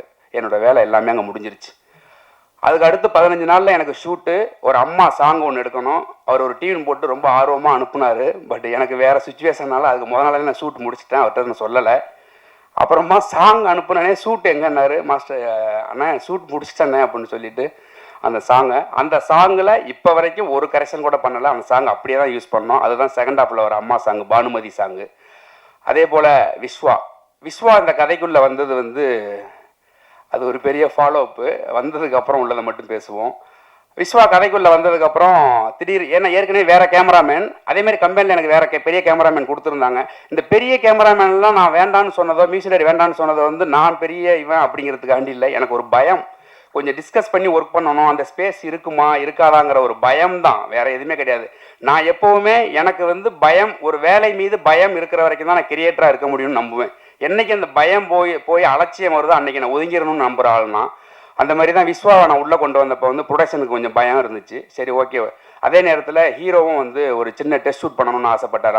அவரோட கான்ஃபிடென்ட்டுக்கு அந்த டெஸ்ட் ஷூட் ஒன்று ஸ்டுடியோவில் பண்ணும்போது அன்னைக்கு 2 பேருக்கும் டெஸ்ட் ஷூட்டு, ஹீரோவுக்கும் டெஸ்ட் ஷூட்டு, டிஓபிக்கும் டெஸ்ட் ஷூட்டு. அவர் ஷூட் பண்ணி இவரை பார்த்துட்டு, இவர் ஷூட் பண்ணுறது அவர் பார்த்துட்டு அன்றைக்கி தான் டிசைட் பண்ணலான்னு சொல்லிட்டு போனோம். அன்றைக்கி போய் பார்த்துட்டு ஷூட்டெல்லாம் முடிச்சுட்டு நான் ப்ரொடக்ஷன்லேயும் ஹீரோட்டி சொன்னேன், இவர் தான் டிஓபி, முடிவு பண்ணுறதா முடிவு பண்ணிக்க அப்படின்னு சொல்லிட்டு வந்துட்டேன். அது விஸ்வா அப்புறம் கேட்டான், என்னங்க அப்படி சொல்லிட்டு வந்துட்டீங்கன்னு. ஆமாம் அவ்வளோதான், முடிவு எடுத்தால் அவங்க எடுக்கட்டும், இல்லைனா வேறு மாற்றினா போகலாம் அப்படின்னு சொல்லிட்டு அவங்களுக்கு ரொம்ப பிடிச்சிருந்துச்சு ஒர்க்கு. விஸ்வா வந்தான். அதுக்குள்ளே விஸ்வா வந்து 2 பேருக்கும் நிறைய சண்டைகள் நடந்திருக்குது. அதெல்லாம் சேர்ந்து தான் இந்த அவுட்புட் வந்திருக்குதான் நான் நம்புகிறேன். அதே போல் இந்த படத்துக்கு தினேஷ் வந்து இதே கம்பெனியில் இன்னொரு படம் போய்கிட்டு இருக்குது. இவர் தான் ஹீரோ பண்ணுற படம். அந்த படத்தில் இருந்த எடிட்ரு. இந்த படத்துக்கு வேறு ஒரு எடிட்டர் வச்சுருந்தோம், சில காரணங்களால் பண்ண முடியாத சூழல்னால அதுக்கப்புறம் தினேஷ் வந்தான். அருண் தான் என்கிட்ட கேட்டாப்புல, இந்த மாதிரி எடிட்டர் வர சொல்லியிருக்கிறோம் அப்படின்னா, வர சொல்லுங்கள், என்ன பண்ணணும்னா படம் பார்க்க சொல்லுங்கள் அப்படின்னு சொல்லிட்டு நான் போயிட்டேன். அவரை படம் பார்த்துட்டு தினேஷ் வந்தான். வந்து பார்த்துட்டு, முதல்ல உனக்கு கதை பிடிச்சிருந்தா ஒர்க் பண்ணுப்பா, இல்லைன்னா ஒர்க் பண்ணாதப்பா அப்படின்னு நான் சொன்னேன். அவன் என் மூஞ்ச இறங்க பார்த்தான், என்ன இருந்தாலும் இப்படி பேசுகிறான்னு. அப்போ கதை பார்த்து முடித்ததுக்கப்புறம் தினேஷ் வந்து, இல்லை நான் இந்த படம் நான் பண்ணுறேனே அப்படின்னு சொன்னான். திரும்பவும் சொல்கிறேன், எனக்காகவோ கம்பெனிக்காகவோ பண்ண வேண்டாம், உனக்கு கதை பிடிச்சிருந்து ஒர்க் பண்ணு. ஏன்னா நான் வந்து ஒரு வேலை செஞ்சேன் அப்படின்னா அது யாருக்காகவும் செய்ய மாட்டேன், நான் எனக்காக மட்டும்தான் செய்வேன். என்னோட ஏடிஸும் அப்படி தான் இருப்பாங்க. எனக்கு திருப்திப்பட்டால் மட்டும்தான் அது வேலைன்னு நான் நம்புவேன். அந்த மாதிரி கேட்டப்ப அவன் பண்ணுறேன்னு சொல்லி வந்தப்ப எனக்கு ஒரு பெரிய சவால் இருந்துச்சு. நான் கிட்டத்தட்ட வந்து ஒரு 4 மணி நேரம் 20 நிமிஷம் ஃபுட்டேஜ் வச்சுருந்தேன் ரஃப் கட் பண்ணி. எனக்கு நான் பெத்த பிள்ளைய அடிக்கவே முடியாதுல்ல, எங்கேயுமே கட் பண்ணவே தோணலை. 4.5 நிமிஷம் பார்த்தா இண்டஸ்ட்ரியை விட்டு அனுப்பிடுவாங்க. அப்போ என்ன பண்ணுறதுங்கும் போது அந்த பழைய எடிட்டர் இந்த உலகத்துக்குள்ளே எனக்கு போக முடியல சொன்னார். அது ரொம்ப புதுசாக இருந்துச்சு. அப்புறம் தான் தினேஷ் வந்து எப்படி கட் பண்ணலான்னு கேட்டான். நீ தானே எடிட்டர், நீ கட் பண்ணி காட்டுப்பா அப்படின்னேன். ஒரு வெர்ஷன் கட் பண்ணி காமிச்சான். அன்றைக்கி தான் என் பொண்டாட்டிட்டு வந்து நான் சொன்னேன் படம் நல்லா வந்துருண்டி அப்படின்னு. அவ்வளோ ஹோப் கொடுத்தான் தினேஷ். ஃபஸ்ட்டு படம், ஆல்ரெடி ஒரு படம் பண்ணிக்கிட்டு இருக்கிறான் அந்த கம்பெனியில். ஆனால் இது ஃபஸ்ட்டு ரிலீஸ் ஆனதுனால இது ஃபஸ்ட்டு படம். ஆனால் கமிட் ஆனது அந்த படம் தான். தினேஷ் அப்படி தான் இதுக்குள்ளே வந்தது. தினேஷ் வந்து ரொம்ப ஹோப் கொடுத்தான். நிறைய இடங்களில் என் பேச்சை மீறி நடந்துச்சு சில விஷயங்கள். பட் அது எல்லாமே இப்போ நல்லதாக நடந்ததுனால நம்ம அதை பற்றி பேச வேண்டாம். அதே போல் இந்த படத்துக்கு சம்பத் ஆழ்வார் தான் சவுண்ட் டிசைன். நான் வந்து கம்பெனியில் வந்து நான் ரொம்ப அடம் பிடிச்சி வாங்கினேன். ஏன்னா அந்த படத்தை கொஞ்சம் சவுண்டிங்காக நல்லா ஒர்க் பண்ணலான்னு எனக்கு ஒரு பெரிய கனவு இருந்துச்சு. அத்லட் படம் பண்ணுறோம், நிறைய படங்கள் வந்திருக்குது. சவுண்டுக்கு பெரிய ஃபோக்கஸ் பண்ண மாட்டாங்க, சவுண்டை விட்டுருவாங்க. சவுண்டோட வேல்யூ இங்கே ரொம்ப கம்மிங்கிறதுனால நான் காலா படம் பண்ணும்போது சவுண்டோட வேல்யூ தெரிஞ்சுக்கிட்டேன். அதனால் வந்து சவுண்டாக நல்லா ஒர்க் பண்ணுறதுக்காண்டி நான் வந்து சம்பத் ஆழ்வார் சார் கேட்டு வாங்கினேன். அவர் அங்கே பாலிவுட்டில் ஒர்க் பண்ணுறவர். அவரை கேட்டு வாங்கி அந்த படத்துக்கு நியாயம் சேர்க்குற அளவுக்கு அவர் எனக்கு பண்ணி கொடுத்தாரு. அவருக்கு திருப்தி இல்லை. கொஞ்சம் நாங்கள் டக்குன்னு ரிலீஸ் டேட்டு ஃபிக்ஸ் பண்ணதுனால அது ரொம்ப சரியாக அவருக்கு டைம் கொடுக்க முடியலை.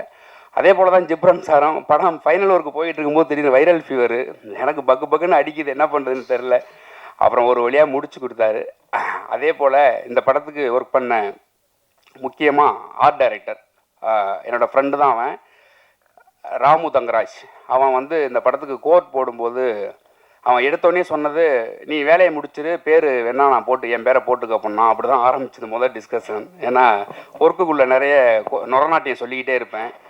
அப்படி ஆரம்பித்து எல்லாம் முடித்து செட்டை பார்க்கும்போது செட்டில் நான் சொல்லிட்டேன், அப்போதைக்கு வரைக்கும் ஜெய்பீமோட செட்டு தான் ரொம்ப டாப்பில் இருக்கும், அதை நம்ம உடைக்கணும்டா அப்படின்னு சொன்னால் அதை உடச்சிருக்கிறோன்னு நினைக்கிறேன். ஏன்னா ஹீரோட ஃப்ரெண்ட்ஸு சீஃப் அட்வொகேட்ஸ் 2-3 பேர் வந்தாங்க, ஹைகோர்ட் அட்வொகேட்ஸ் பார்க்குறதுக்கு. அவங்க ரொம்ப பிரமாதமாக இருக்குதுன்னு சொன்னாங்க. அதுதான் ஃபஸ்ட்டு எனக்கு ரொம்ப சந்தோஷமாக இருந்துச்சு. ஒரு புது டைரக்டருக்கு, ஒரு புது ப்ரொடியூசரு, ஒரு புது ஹீரோ, ஒரு புது எடிட்டரு, ஒரு புது டிஓபி. ஜிப்ரன் சாரும் பீட்டர் மாஸ்டரும் இல்லாமல் மீதி எல்லாமே புதுசு. அவங்கள நம்பி முதல்ல இவ்வளோ பெரிய கோர்ட் செட்டு, ஆர்ட் டைரக்டர் நல்ல படங்கள் ஒரு 10 படங்கள் பண்ணியிருக்கிறோம், நாங்கள் எல்லாம் புதுசு. அப்படி இருக்கிறப்ப இவ்வளோ பெரிய செட்டு போட்டு அந்த உலகத்தை கிரியேட் பண்ணுறதுக்கு நாங்கள் ரொம்ப கஷ்டப்பட்டோம். ஆனால் கஷ்டப்பட்டோன்னு உங்கள்கிட்ட நான் ஒப்பாரியாக சொல்லலை, விரும்பி தான் அந்த வேலையை எடுத்தோம் சொல்கிறோம். அதை வந்து அந்த கஷ்டத்தை வந்து நீங்கள் வந்து எந்த விதமான கொச்சைப்படுத்தாமல் ரொம்ப நெகிழ்வோடு கொண்டுட்டு போய் சேர்த்துருக்கிறீங்க. எங்களுடைய ஒரே ஒரு கோரிக்கையாகவே நான் கேட்குறேன், இந்த படத்தினுடைய வெற்றியை வந்து இன்னும் கொஞ்சம் பெரிதாக்குவதற்கு உங்களுடைய உதவியை நான் கேட்குறேன். இந்த படத்தில் பங்காற்றின அனைத்து தொழில்நுட்ப கலைஞர்களுக்கும் நான் நன்றி சொல்லிக்கிறேன். அதே போல் இந்த படத்துலேருந்து வெளியில் இருந்து நிறைய பேர் எனக்கு ஒர்க் பண்ணியிருக்கிறாங்க. முக்கியமாக மாட்டாங்குப்பத்தோட மக்கள் வந்து ரொம்ப சப்போர்ட் பண்ணாங்க. குப்பத்துலலாம் போய் ஷூட் பண்ணால் கேமரா போடுவாங்க, கல் எடுத்து அடிப்பாங்கலாம் நிறைய சொல்லப்பட்டுச்சு. அதெல்லாம் எதுவுமே இல்லாமல் எங்களையும் என்னையும் அந்த ஏரியாவோட புல்லை மாதிரி பார்த்துக்கிட்டாங்க. அதே போல் இந்த படத்துக்காக நிறைய பேர் அட்வொகேட்ஸ் ஒர்க் பண்ணி கொடுத்துருக்குறாங்க. அவங்க எல்லாருக்கும் என்னோட நன்றி. முக்கியமாக இந்த படத்தில் எனக்கு வந்து நிறைய கொஞ்சம் கோவப்படுவேன். அப்படி எல்லாத்தையும் பொறுத்துக்கிட்டு இந்த படத்துக்கு நிறைய ஒர்க் பண்ணி கொடுத்தது என்னோடய டீம் தான். என்னோடய அசிஸ்டன்ட் டைரக்டர் டீம் வந்து என்னை சகிச்சுக்கிட்டு என் கூட ஒர்க் பண்ணதுக்கு வந்து பெரிய நன்றி. இந்த படத்தினுடைய அவுட்புட்டில் அவங்களுடைய பங்களிப்பு ரொம்ப பெருசு. அதே போல் இந்த படத்துக்காக எந்தவித எதிர்பார்ப்பும் இல்லாமல் என்னவாகும்னு எதுவுமே தெரியாமல் இந்த படத்தை எனக்காக வேண்டி பண்ணி கொடுத்த ப்ரொடியூசர்ஸ் 3 பேருக்கும் வந்து ரொம்ப நன்றி கடன் பட்டிருக்கிறேன். அங்கீகாரம் என்னவா ஓடுது அப்படின்னு நீங்கள் கேட்டிங்க அப்படின்னா, அங்கீகாரத்தோட ஓட்டம் என்னைக்கு நிற்கும் அப்படின்னு நீங்கள் கேட்டிங்கன்னா, இந்தியா என்னைக்கு ஒலிம்பிக்கில் தங்கங்களை குவிக்குதோ அன்னைக்கு தான் அங்கீகாரத்தோட ஓட்டம் நிற்கும் அப்படின்னு நான் ரொம்ப நம்புகிறேன். இந்தியாவினுடைய விளையாட்டினுடைய போக்கை மாற்றும் திசை வழியாக தான் நான் அங்கீகாரம் படத்தை எடுத்து வச்சிருக்கிறேன். இந்த படத்தினுடைய வெற்றியும் ரொம்ப முக்கியம்தான். அதே சமயத்தில் இந்த படம் வணிக ரீதியாக எங்களுக்கு நிறைய செய்ய வேண்டி இருக்குது. ஏன்னா இந்த ப்ரொடியூசர்ஸ் அதுக்கப்புறம் என்ன மாதிரி படங்கள் பண்ணணுங்கிறத இந்த வெற்றி தான் எங்களுக்கு முடிவு பண்ணித்தரும். இந்தியாவினுடைய ஒட்டுமொத்த விளையாட்டு வீரருடைய மனசாட்சியாக தான் அங்கீகாரத்தை நம்ம முன்னாடி சமர்ப்பிச்சிருக்கிறேன். இந்த படத்தினுடைய ஒவ்வொருத்தரோட உழைப்புக்கு பின்னாடி வந்து எதிர்பார்ப்பும் வெறும் ஊதியம் மட்டும் இல்லை, கொஞ்சம் பொறுப்பும் நிறைய இருந்துச்சுன்னு நான் நம்புகிறேன். அந்த பொறுப்பு தான் அந்த படத்தை இவ்வளோ சரியாக கொண்டாந்து அவங்க முன்னாடி நிப்பாட்டிக்க தான் நான் நம்புகிறேன். ஏன் அப்படின்னா, இந்தியாவில் விளையாட்டுத்துறை ஏன் கவனிக்கப்படலைங்கிறதுக்கு எந்த விதமான காரணமும் யாருக்குமே தெரியாது. ஏன் அப்படின்னா, இது ஒரு துறையாகவே யாரும் மதிக்கிறது கிடையாது. அந்த துறையில் நடக்கிற அனைத்து சிக்கல்களையும் பேசணும்னு நான் முடிவு பண்ணி தான் இந்த படத்தை நான் எடுத்திருக்கிறேன். இந்த படத்தினுடைய வெற்றிக்கு இன்னும் உங்களுடைய உதவியை தேடி தான் நான் வந்திருக்கிறேன். அதே போல் இந்த படத்தில் மிக உச்சமாக நான் நன்றி சொல்ல வேண்டிய சில பேருக்கு இப்போ நன்றி சொல்லிடுறேன். இயக்குனர் தாஸ், டோரா படத்தோட டைரக்டர், இப்போ முருகு அப்படின்னு நிஞ்சான்னு ஒரு படம் பண்ணுறார். தாஸ் அண்ணன் தான் எனக்கு இந்த வாய்ப்பை உருவாக்கி கொடுத்தாரு. அவர் இல்லைன்னா அந்த படம் நடந்திருக்குமான்னு தெரியாது. நான் இன்னும் வாய்ப்பு தேடிக்கிட்டு இருக்கிறனாவே இருந்திருக்கலாம். அதுக்கப்புறம் இன்றைக்கி நான் உங்கள் முன்னாடி நின்று இதெல்லாம் பேசுகிறேன் அப்படின்னா அதற்கு முதல் காரணம் டைரக்டர் ரஞ்சித், என்னோட அண்ணன். அவர் தான் என்னுடைய வாழ்க்கையில் மிகப்பெரிய மீட்பர்னு நான் சொல்லுவேன். ஏன்னா என்னுடைய வாழ்க்கையில் சில சிக்கல்னால என் வாழ்க்கையை முடிச்சுக்கலான்னு இருக்கும்போது என்னை கூப்பிட்டு பக்கத்தில் வச்சுக்கிட்ட ஒருத்தர். அவர் கூட இருந்த 2 வருஷம் என்னுடைய வாழ்க்கையில் மறக்க முடியாத காலகட்டம். அவர் என்கிட்ட எதையுமே திணிச்சு சொன்னது கிடையாது. என்னுடைய சுதந்திரம் தான். அவர் இல்லைன்னா என்னுடைய லைஃபே கிடையாது. அதே போல் இந்த படத்தில் திவ்யா மேடம், ஹீரோவோட ஒய்ஃப், அவங்க நிறைய இன்புட்ஸ் எனக்கு கொடுத்துருந்தாங்க. அந்த இன்புட்ஸ் எல்லாமே ஹீரோவை நான் ஏன்னா அவங்க ட்ராவல் பண்ணது அது எல்லாமே எனக்கு இந்த படத்தில் நான் அவரை வேலை வாங்குறதுக்கு எனக்கு நிறைய யூஸ்ஃபுல்லாக இருந்துச்சு. அது இல்லாமல் இந்த படத்துக்கு வேலை செஞ்ச முக்கியமாக அத்லட் ட்ரெயினர் மகேஷ், அவன் இந்த படத்துக்கு எந்த விதமான எதிர்பார்ப்பும் இல்லாமல் அவனை நம்பி ஒரு 200 பிள்ளைங்க இருக்கிறாங்க திருநெல்வேலி கிரவுண்டில். அதையெல்லாம் விட்டுட்டு எனக்காக நின்னான். இன்றைக்கி அந்த படத்தில் இருக்கிற அத்லட் எல்லாத்தையும் ஓரளவுக்கு வந்திருக்குது அப்படின்னா அது அவனுடைய பங்களிப்பு, பெரிய பங்களிப்பு. அதே போல் நாரணமால்புரம் ஸ்போர்ட்ஸ் கிளப்பு, கற்பக செட்டி ராஜேஷ், வடுவூர் ஸ்போர்ட்ஸ் அகாடமி, இப்படி நிறைய பேர் இந்த கதையில் ஒர்க் பண்ணியிருக்கிறாங்க. இவங்க எல்லாருமே ஸ்போர்ட்ஸ் சார்ந்தவங்க தான். இந்த ஸ்போர்ட்ஸ் சார்ந்தவங்க எல்லாரும் சேர்ந்து ஒரு ஸ்போர்ட்ஸ் படத்தை உருவாக்கும் போது தப்பு நடக்காதுங்கிற நம்பிக்கை எனக்கு இருந்தாலும் ப்ரெஸ்ஸு முன்னாடி படம் போட்டு காமிக்கிறப்ப எனக்கு ஒரு பெரிய பதட்டம் இருந்துச்சு. எனக்கு ஒரு 2 பதட்டம் இருந்துச்சு. ஒன்று சென்சார் போர்டு, இன்னொன்று டைரக்டர் ரஞ்சித்து, இன்னொன்று ப்ரெஸ்ஸு. அந்த ப்ரெஸ்ஸு இதே தேட்டரில் தான் நம்ம படம் பார்த்தோம். நான் எனக்கு படக்குன்னு அடிச்சுக்கிட்டு இருந்துச்சு. யுவராஜ் அண்ணன் வேறு கொஞ்சம் நேரம் மொபைல் பார்த்தாரு, அப்புறம் படம் பார்க்க ஆரம்பித்தார். நான் யுவராஜ் அண்ணனை மட்டும்தான் பார்த்துக்கிட்டு இருந்தேன். அவர் படம் பார்க்க ஆரம்பித்ததுக்கப்புறம் ஓகே ரைட் அப்படின்னா அதுக்கப்புறம் அந்த படத்தில் எனக்கு ப்ரெஸ்ஸு அவ்வளோ சூப்பராக என்னை ரிசீவ் பண்ணது எனக்கு ரொம்ப முக்கியமாக நான் ரொம்ப பெருமைப்பட்ட தருணம். எனக்கு 3 விஷயமே நல்லாவே நடந்துச்சு. சென்சார் போர்டுலேயும் என்னை ரொம்ப அப்ரிஷியேட் பண்ணாங்க, ப்ரெஸ்ஸு நீங்களும் அப்ரிஷியேட் பண்ணீங்க, மக்களும் நல்லா கொண்டாடி இருக்கிறாங்க, என்னோடய வாத்தியாரும் ரொம்ப நெகிழ்வாக இருந்தார். இதையெல்லாம் சேர்த்து இந்த படத்தை வணிக ரீதியாக மாற்றுறதுக்கான வேலையில் தான் நாங்கள் இப்போ இறங்கியிருக்கிறோம். ஏன்னா இந்த படம் வணிக ரீதியாக ஜெயிச்சே ஆகணும். ஏன்னா வணிக ரீதியான வெற்றி மட்டும்தான் திரும்ப என்ன போல் இருக்கிற ஒரு இயக்குனரை வெளில கொண்டு வரும். இல்லைனா திரும்ப இந்த கதைகள் திரும்ப நான் நல்ல சினிமா கெட்ட சினிமான்னு நான் பிரித்து பேச விரும்பலை. எல்லாத்துக்கும் ஒரே உழைப்பு தான். சிந்தனை ரீதியான வேறுபாடு தான் இங்கே இருக்க ஒழிஞ்சு எல்லாமே ஒரே சினிமா தான். எல்லாத்துக்கும் ஒரே உழைப்பு தான். இந்த சினிமாவை கொண்டுட்டு போய் சேர்க்கறதுக்கு பின்னாடி இருக்கிற எவ்வளோ வழி இருக்குதுன்னு உங்களுக்கு தெரியும். பல படங்களுடைய ப்ரொமோஷனுக்காக பெருசாக பேசப்பட்டவர் கேஜிஆர்.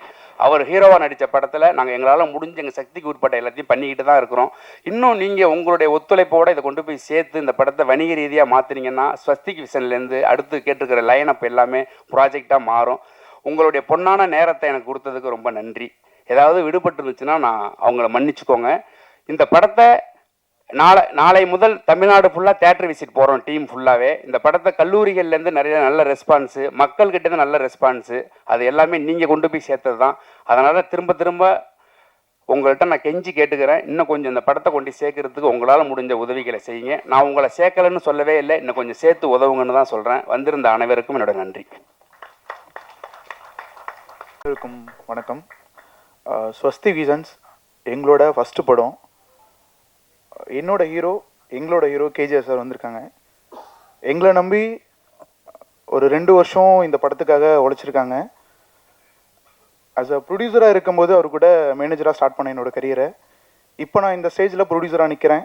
ஸோ அதுக்கு first thank you sir. Second JP அண்ணா, தென்பதியான், இந்த படத்தோட டைரக்டர். ஸோ அவரோட ஃபஸ்ட்டு டேட்டில் இருந்து இப்போ கூட அவர் கூட ட்ராவல் பண்ணிகிட்ருக்கோம்.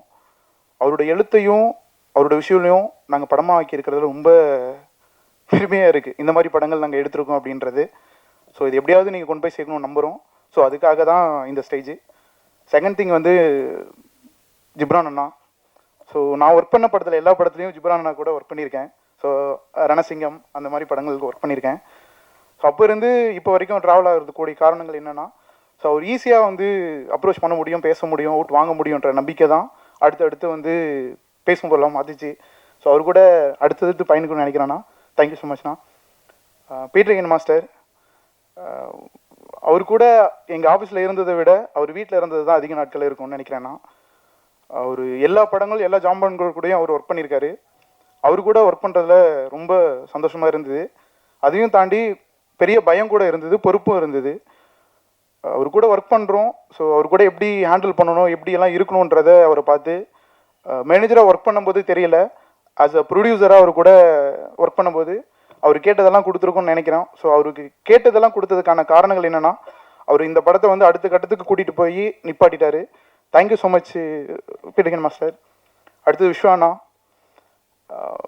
அவரோட விஷுவல்ஸ் என்னென்னா, எனக்கு ஃபஸ்ட்டு படம், எடிட்டர் சாருக்கு ஃபஸ்ட்டு படம், ஹீரோ சாருக்கு ஃபஸ்ட்டு படம், டைரக்டர் சாருக்கு ஃபஸ்ட் படம், எல்லாத்தோட ஃபஸ்ட் படமும் இதுதான். ஸோ எல்லோரும் போய் இந்த படத்தை கொண்டு போய் சேர்ப்பீங்க நம்புகிறேன். Thank you so much. இங்கே வந்திருக்கிற மீடியா பீப்புள் எல்லாருக்கும் ஃபஸ்ட்டு வணக்கம். ஏன்னா இந்த படத்தை முக்கால்வாசி கொண்டு போய் சேர்த்ததுக்கு உங்கள் பங்கு தான் இதில் ரொம்ப இருக்குது. இங்கே வந்திருக்கிறதுல ஃபஸ்ட்டு நான் ரொம்ப தேங்க்ஸ் சொல்லணும்னா ஃபஸ்ட்டு ஜேபி அண்ணன். ஏன்னா அவர் வந்து ஃபஸ்ட்டு வந்து இது கதையாக சொல்லி நிறையா இன்வெஸ்டர்ஸ் வந்து வெளியில் போய் அதுக்கப்புறம் நாங்கள் பண்ணதுக்கான மெயின் ரீசன் வந்து அவரோட எழுத்து மட்டும்தான். ஏன்னா அவரோட எழுத்து வரிகள் வந்து அந்தளவுக்கு எல்லாரையும் இம்பேக்ட் பண்ணுச்சு. ஸோ நாங்கள் நிறையா ரிசர்ச் பண்ணி நிறையா ட்ராவல் எல்லா ஊருக்கும் வெளியில் போகும்போது ஒவ்வொரு ஸ்போர்ட்ஸ் பிளேயர்ஸும் எவ்வளோ கஷ்டப்பட்டிருக்காங்கன்றதை நாங்கள் கண்கூட பார்த்தோம். ஒவ்வொரு ஊர்லேயும் போய் நாங்கள் பார்த்தது. நிறையா ஷூட்டிங் ஸ்பாட்டில் நிறையா எங்களுக்கும் டைரக்டருக்கும் நிறையா மனஸ்தாபங்கள் நடந்தாலும் ஒரு ஒரு நல்ல படத்தை கொண்டு வந்து எங்ககிட்ட கொடுத்துட்டாருன்றதுக்கு நான் ஃபஸ்ட்டு ரொம்ப தேங்க்ஸ் சொல்லிக்கிறேன். ரெண்டாவது கேஜிஆர் எங்கள் அண்ணன். எங்கள் 3 பேருக்கும் அவர் தான் அண்ணன். நாங்கள் ஒரு மேனேஜராக ஆரம்பித்து எங்கள் லைஃப்பை நாங்கள் சினிமாக்குள்ளே ஸ்டார்ட் பண்ணும்போது எங்களுக்கு இப்படி ஒரு பாதையை ஏற்படுத்தி கொடுத்தது வந்து அண்ணன் மட்டும்தான். ஸோ அண்ணன் இல்லைன்னா நாங்கள் இல்லை. அது அவரோட கஷ்டங்கள் எல்லாத்தையுமே நாங்கள் கடந்த ஒரு 6-7 வருஷமாக வந்து நாங்கள் தொடர்ந்து அவர் கூட பார்த்துட்டே இருக்கோம். அவர் ப்ரொடியூசராக இருந்த டைம்லேயும் சரி, இப்போது ஹீரோவாக இருக்கிற இந்த டைம்லேயும் சரி, எவ்வளோ கஷ்டப்பட்டு முயற்சி பண்ணி ஒரு அங்கீகாரத்துக்காக நாங்கள் இங்கே போராடி வந்துட்டுருக்கோன்றதை நாங்கள் அவரோட இதை வந்து நாங்கள் கண்கூட பார்த்துட்டு இருந்தோம். ஸோ இந்த படத்தை வந்து நிறையா நேரங்களில் வந்து எங்களுக்கு இந்த இண்டஸ்ட்ரியில் வந்து எங்களுக்கு யாரும் இந்த படத்துக்கும் எங்களுக்கு வந்து அங்கீகாரம் கொடுக்கல. யாரும் எங்களை வந்து கை தூக்கி மேலே தூக்கி விடலை. நாங்களாக தான் முன்னேறி மேலே வர வேண்டிய சூழல் எங்களுக்கு உருவாயிருச்சு. இது எல்லோரும் ஷூட்டிங் ஸ்பாட்டில் நடந்த விஷயங்கள் எல்லாருமே பேசுவாங்க. ஆனால் இந்த படம் ரிலீஸ் ஆகுமா ஆகாதான்ட்டு கோர்ட்டுக்கு அலைஞ்ச எங்கள் 3 பேருக்கு தான் கோர்ட்டுக்கும் கேஸும் சரி, கோர்ட்டு கேஸுன்னு அலைஞ்ச நாட்கள் தான் அந்த கடைசி 3 நாட்கள் எங்கள் 3 பேருக்கு மட்டும்தான் தெரியும். அந்த அளவுக்கு இந்த படத்தை வந்து எவ்வளவோ முடக்கிறதுக்கு முயற்சி பண்ணாங்க. அதை மீறியும் நாங்கள் வெளியில் வந்திருக்கோம். அதுக்கு வந்து இந்த மீடியா பீப்புள்ஸும் நீங்கள் கொண்டு போய் சேர்த்த ஆதரவும் தான் எங்களுக்கு பெரிய மகிழ்ச்சியாக இருக்குது. நாங்கள் இன்னொன்று வேண்டி கேட்குற ஒரே ஒரு விஷயம் என்னென்னா, இந்த படத்தை இன்னும் கொஞ்சம் முயற்சி பண்ணி இன்னும் கொஞ்சம் நிறையா மக்களுக்கு வந்து இந்த படம் வந்து போய் சேரணுன்றதை நான் வந்து உங்ககிட்ட கேட்டுக்கிறேன். அண்ட் தென் மற்ற டெக்னீஷியன்ஸ் அண்ட் ஆக்டர்ஸ் எல்லாருக்குமே ரொம்ப நன்றி. அண்ட் பீட்டர் மாஸ்டர், அருண் சொன்ன மாதிரி மாஸ்டரோட வீட்டில் இருந்த நாட்கள் தான் நிறையா. ஏன்னா அவர் வந்து எங்களுக்கு வந்து ஒரு வெல்விஷர் மாதிரி எங்களை நிறையா கைட் பண்ணி கூப்பிட்டு போகிற பீட்டர் மாஸ்டர். தேங்க்ஸ் மாஸ்டர் நீங்கள் உள்ளே வந்ததுக்கு. தென் ஜிப்ரான் சார், ஜிப்ரான் சாரோட பாடலும் பேக்ரவுண்ட் ஸ்கோரும் தான் இந்த படத்தை ஒரு கட்டத்துக்கு மேலே உயர்த்தி நின்றுச்சு.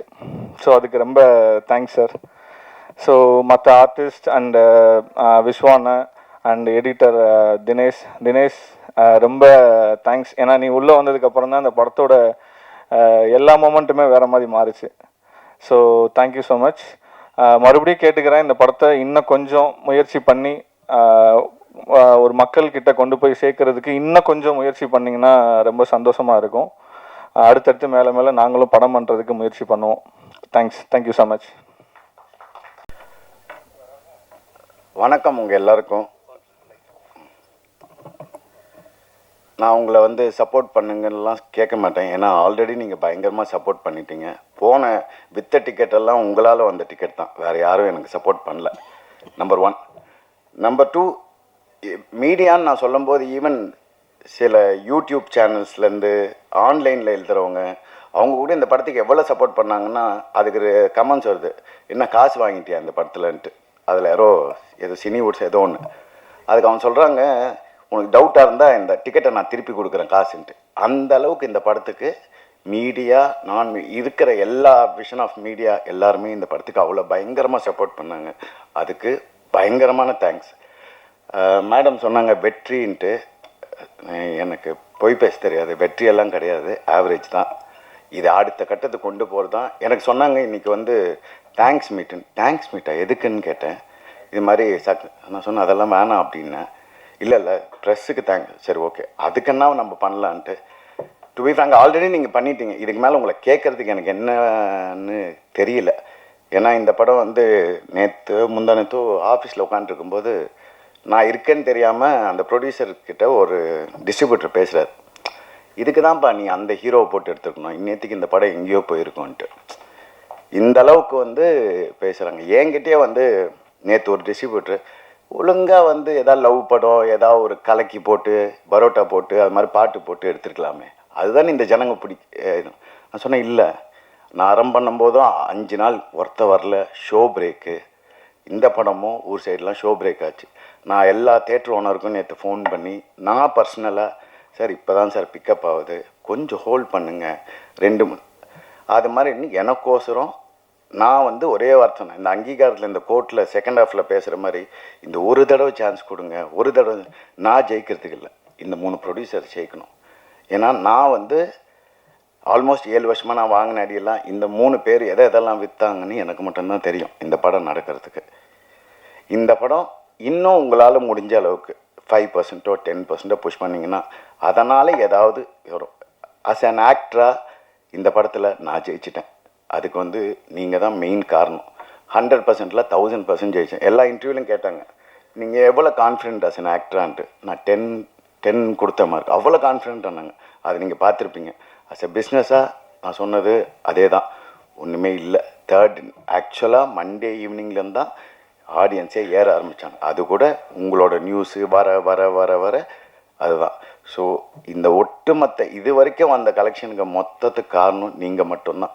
நேற்று வந்து ஒரு டிஸ்ட்ரிபியூட்டர் என்கிட்ட பேசுகிறாரு, உனக்கு இத்தனை படம் எடுத்திருக்க, உன்னை லான்ச் பண்ணுறாங்க, ஒரு ப்ரமோஷன் பண்ண தெரியாதா, உன் படத்துக்கெல்லாம் வந்து 2 கோடி 3 கோடிலாம் பண்ணுறேன், இந்த படத்துக்கு பண்ண தெரியும். சார் இல்லை சார், சின்ன ப்ரொடியூசர் சார். அப்போ தேட்டரை பிளாக் பண்ணு, மற்ற ப்ரொடியூசருங்கெல்லாம் எப்படி பண்ணுறாங்க, இப்போ உங்க கூட வந்து ரிலீஸ் ஆன படங்கள்லாம் எப்படி காட்டுறோம், கணக்கு காட்டுறோம். சொன்னேன் எப்படி சார், எனக்கு புரியலன்னா. இல்லை சார் அதுக்கெல்லாம் என்கிட்ட காசு இல்லை. அப்படி போலியாக ஒரு படத்தை வந்து நான் வந்து கலெக்ஷன் காட்டுறதுக்கோ நான் ஆள் இல்லை சார். இந்த படம் ஜெயிக்கும், அந்த நம்பிக்கை எனக்கு இருக்குது. இப்போ கம்மிங் பேக் டு டெக்னீஷியன், நான் பயங்கரமாக நடித்தேன் கிடிச்சேன்லாம் எல்லாம் சொல்கிறாங்க. அதுக்கு பின்னால் இருந்தது ஜேபி. அவரோட வார்த்தையாகட்டும், அவரோட வசனமாகட்டும், அவர் என்ன ஃபீல் பண்ணாரோ அதை நான் என்னோடய ஃபேஷியல் எக்ஸ்ப்ரெஷன்ஸில் கொடுத்தேன், அவ்வளோதான். இது முழுக்க எனக்கு கண்டிப்பாக தெரியும் இந்த வருஷத்தோட எல்லா அவார்ட்ஸும் நான் எடுப்பேன்ட்டு அஸ் அன் ஆக்டராக. அதுக்கும் நீங்கள் தான் காரணம். அதுக்கு முதல் கட்ட காரணம் ஜேபி.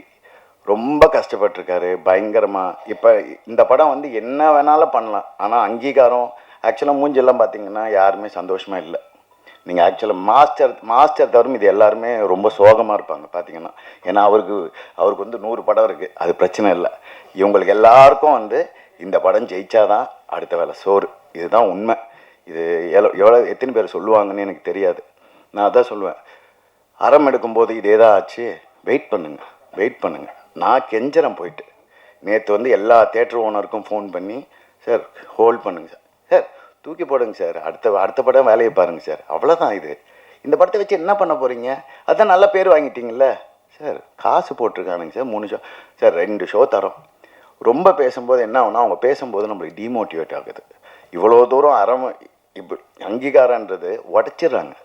இங்கே இருக்கிற பிக்கஸ்ட் மாஃபியா எல்லாமே சேர்ந்து, நான் பேசக்கூடாது படத்துக்கு பற்றி பேசுகிறோம், நிறைய விஷயங்கள் இருக்குது. அதை மீறி இந்த படம் ஜெயிக்கணும். இந்த படம் வெளிவராமல் இருக்கிறதுக்கே அவ்வளோ பண்ணாங்க பாவம். அந்த 3 ப்ரொடியூசர் கோர்ட்டு கேஸுன்னு தெரிஞ்சு. எதுக்குன்னா, ஒரு நாள் நான் பால்கனில் உட்காந்துருந்தேன். நான் சொல்கிறது வந்து 2018. அப்போ வந்து யாரோ வாங்கின கடனுக்கு வந்து என் சோஃபாவில் ஒருத்தர் உட்காந்து, சரி ஒரே ஒரு கையெழுத்து போடுங்க, எனக்கு பேங்க்கில் லோன் வேணும், உங்களோட கேரண்டி கேட்டாங்கன்னு. அப்படியா, சரி என்னடா இவ்வளோ கேட்குறானேன்ட்டு சும்மா கேரண்டி போட்டேன். எதுக்கு? அவங்க லோன் வாங்குறதுக்கு. அந்த கையெழுத்தை போய் அந்த கையெழுத்தை வச்சு இந்த படத்தை நிறுத்தினாங்க. அப்படிப்பட்டவங்கலாம் இந்த இண்டஸ்ட்ரியில் இருக்காங்க. இதுக்கு நடுவுலையும் நான் ஜெயிக்கணும். இது என்னோட செகண்ட் லைஃப். கண்டிப்பாக நான் ஜெயிப்பேன். நான் படத்தில் ஒரு டைலாக் சொல்லியிருப்பேன், நீங்கள் செஞ்ச மாதிரிலாம் நான் உங்களுக்கு செய்ய மாட்டேன் சார்ன்ட்டு. அதே மாதிரி இந்த 3 ப்ரொடியூசர் வந்து இந்த படத்தில் சம்பாதிக்கலான்னு எனக்கு தெரியல. ஆனால் நான் விட மாட்டேன். என்னை எப்படி மற்றவங்களாம் கைவிட்டாங்களோ அது மாதிரி நான் இவங்களை விட மாட்டேன். கண்டிப்பாக ஜெயிப்பேன். அடுத்த 10 வருஷத்தில் இந்த தமிழ் சினிமாவில் நான் பெரிய ஆக்டராக ப்ரூவ் பண்ணுவேன். என் நம்பர்ஸும் இதே தேட்டர் ஓனர்ஸ் எல்லாம் பின்னால் வந்து நின்று உங்கள் படத்தை கொடுங்கன்னு கேட்குற லெவலுக்கு நான் முன்னுக்கு வருவேன். இது எழுதி வச்சுக்கோங்க. 2 டெக்னீஷியன்ஸ். இந்த படம் வந்து ஃபஸ்ட்டு ஸ்டார்ட் பண்ணும்போது நான் சொன்னேன், இதில் எனக்கு மாஸ்டர் வேணும் எப்படியாவதுன்ட்டு. அப்போ இவங்க பட்ஜெட் போட்டிருந்தாங்க. இவங்க போட்ட பட்ஜெட் வந்து அவரோட ஒரு நாள் சம்பளம். நான் பார்த்தேன், இதில் வேலைக்கு ஆகாது, போய் காலில் விழுந்துருங்க, என் பேர் சொல்லி காலில் விழுந்து எப்படியாவது கொண்டு வாங்கன்னா, சரி ஒரு 5 நாள் கேட்கலான்ட்டா மொத்தம் போடுறாங்க. 25 நாள் டேட் கேட்குறாங்க. தெய்வமே மனசாட்சி இருக்கா உனக்கு அப்படின்னாரு. தெய்வமே எல்லாம் 3 பேர் ஏன் ரொம்ப நாளாக வீட்டில் இருந்தாங்கன்னா, அவங்க வீட்லேயே உட்காருது. அவரை பிடிச்சி இந்த படத்துக்கோசரம் 2 படத்தை டேட்டு விட்டார். அந்த 2 படம் காசு ப்ளஸ் என்னோட 25 நாள். கூட பிறந்தவங்கெல்லாம் நான் இப்போ யாருமே நம்புறதில்லை எனக்கு நடந்த லைஃப்பில். ஆனால் அந்த ஒரு கேரக்டர் தான் வந்து நான் ஏன் தெய்வம்னு கூப்பிட்றேன்னா அதுக்கு தான். எதுக்கு பண்ணுதுன்னு எனக்கே தெரியாது, ஆனாலும் பண்ணுறாரு. இன்றைக்கி வரைக்கும் அப்படியே பண்ணிக்கிட்டு இருக்காரு என் வாழ்க்கையில். இன்னொன்று ஜிப்ரான். நான் வந்து ஜிப்ரான் மேலே ஜிப்ரான் வந்து ஒரு சாபக்கேடு தமிழ் சினிமாவுக்கு. நான் தப்பாக நினச்சிக்காதீங்க. நீங்கள்லாம் வந்து தமிழ் சினிமாலேயே இருக்கக்கூடாது. ஏன்னா அந்த ஆளுக்கு இது வரைக்கும் அங்கீகாரமே இல்லை. நான் அந்த ஆளுன்னு சொல்கிறேன்னா ரொம்ப அவ்வளோ உழைச்சிருக்காரு. ஆனால் என்ன அவர் யாராவது போய் கேசட் என்ன ஆடியோண்ணா ஜிப்ராண்ணா என்னங்க அந்த ஆள் பயங்கரமாக மியூசிக் போடுவான், ஆனால் பாட்டு எங்கெங்க? அதுதான் நான் சொல்லுவேன், நீங்களும் கலக்கி முட்டை எல்லாத்தையும் போட்டு அடிங்க, அப்போ தான் இந்த ஜனங்களுக்கு பிடிக்கும். நீங்கள் உட்காந்து பயங்கரமாக வாசித்து இதுக்கு அங்கீகாரம் கிடைக்கல. என்றைக்கு உங்களுக்கு அங்கீகாரம் கிடைக்குதோ அன்றைக்கி தான் தமிழ் சினிமா ஜெயிக்கும். எழுதி வச்சுக்கோங்க. 3வது கேமராமேன் விஸ்வா. பயங்கரமாக எங்கிட்ட திட்டுவாங்க, டெய்லி திட்டு வாங்குவான். ஆனால் பயங்கரமாக, ஆனால் கொடுத்த வேலையை பயங்கரமாக சூப்பராக பண்ணிட்டான் ஜிப்ரான். அப்புறம் என் தங்கச்சி தங்கமயில். ஆக்சுவலாக என் குழந்தைங்கள நான் தங்கமயில்னு கூப்பிடுவேன். அவளை பார்க்கும்போது எனக்கு அதனால் தங்கமயில்னு பேர் வச்சேன். அதே மாதிரி ஷூட்டிங் ஃபுல்லாக அப்படியே ரியலாக அண்ணன் தங்கச்சி மாதிரி இருந்தோம். ரொம்ப தேங்க்ஸ். தினேஷ் இந்த படத்துக்கு வந்து வேறு ஒரு எடிட்டர்ஸ் வந்தாங்க. அவங்க வந்து பயங்கரமாக எடுக்கும்போதெல்லாம் ஃபுல்லாக இருந்துட்டு ஃபுட்டேஜை பார்த்தோன்னே, சரி எனக்கு புரியலையேன்னாங்க. என்னங்க புரியல அப்படின்னா, போட்டு ஒரு நாள் தினேஷை கூப்பிட்டு இதை நீ பண்ணுன்னு சொன்னான். அவன் ஒரு மேஜிக் பண்ணிட்டான். கண்டிப்பாக இந்த படத்துக்கு எனக்கு கிடைச்ச பெரிய கிஃப்ட்டு தினேஷ். எந்த அளவுக்கு மேஜிக் பண்ணிட்டான்னா பிரிச்சுட்டான் படத்தை. அவன் எனக்கு தெரிஞ்சு அவன் தமிழ் சினிமாவில் இன்னும் 3 வருஷத்தில் பெரிய எடிட்டர் ஆவான். அவன் டேட்டுக்கு எல்லாரும் அலைவீங்க, பார்த்துக்கோங்க. அப்புறம் என் கூட நடித்தவங்க எல்லாருமே, என் கூட நடித்த விஜய் மேடம்னு ஒருத்தர் நடித்தாங்க. அந்த மேடம் பார்க்கும்போதுலாம் என் பிரின்சிபல் ஞாபகம் வரும். பயங்கரமாக அவங்கள பார்த்தாவே வந்து ஒரு மாதிரி கோபம் வரும். அவங்களாகட்டும், என் கூட மன்சூர் அலிகான் சார் ஆகட்டும், என் கூட ஒர்க் பண்ண எல்லா ஆர்டிஸ்ட்டும், கோ ஆர்டிஸ்ட் சிந்துரி ஆகட்டும், மேடம் வசுந்தரா மேடம் ஆகட்டும், ராம்ஜி சார் ஆகட்டும், எல்லாருமே ரொம்ப நல்லா பண்ணாங்க. கேட்கும் போதெல்லாம் நிறைய வாட்டி டேட் மாறிச்சு. 2 வாட்டி எனக்கு வந்து கிழிஞ்சுது இதில். அதனால் ஒரு 3 மாதம் போச்சு. அப்புறம் மாஸ்டர் டேட் கேட்கும்போது இவங்கெல்லாம் இருக்க மாட்டாங்க, திருப்பி உங்கள் டேட் வாங்கணும். அப்புறம் என் கூட நடித்த அம்மா அப்படியே எங்கள் அம்மாவை நான் பேசும்போதெல்லாம் எங்கள் அம்மா கிட்ட பேசுகிற மாதிரியே இருக்கும். இந்த படத்தில் வந்து நிறைய டைலாக் வந்து ஜேபி வந்து அவர் கதைக்கு எழுதினாரா இல்லை எனக்குன்னு எழுதினாரான்னு தெரில. இதில் நான் பேசும்போது இப்படி நடிச்சிங்க. நான் நடிக்கலைங்க, 7 வருஷமாக என் அனுபவித்ததெல்லாம் அப்படியே பேசினேன், அவ்வளோதான். எங்கள் அம்மா சொல்லுவாங்க, உன் தலைமுறையோட எல்லாத்தையும் இந்த தலைமுறையோட மாறினுன்ட்டு. அது எங்கள் அம்மா சொல்லிக்கிட்டே இருப்பாங்க.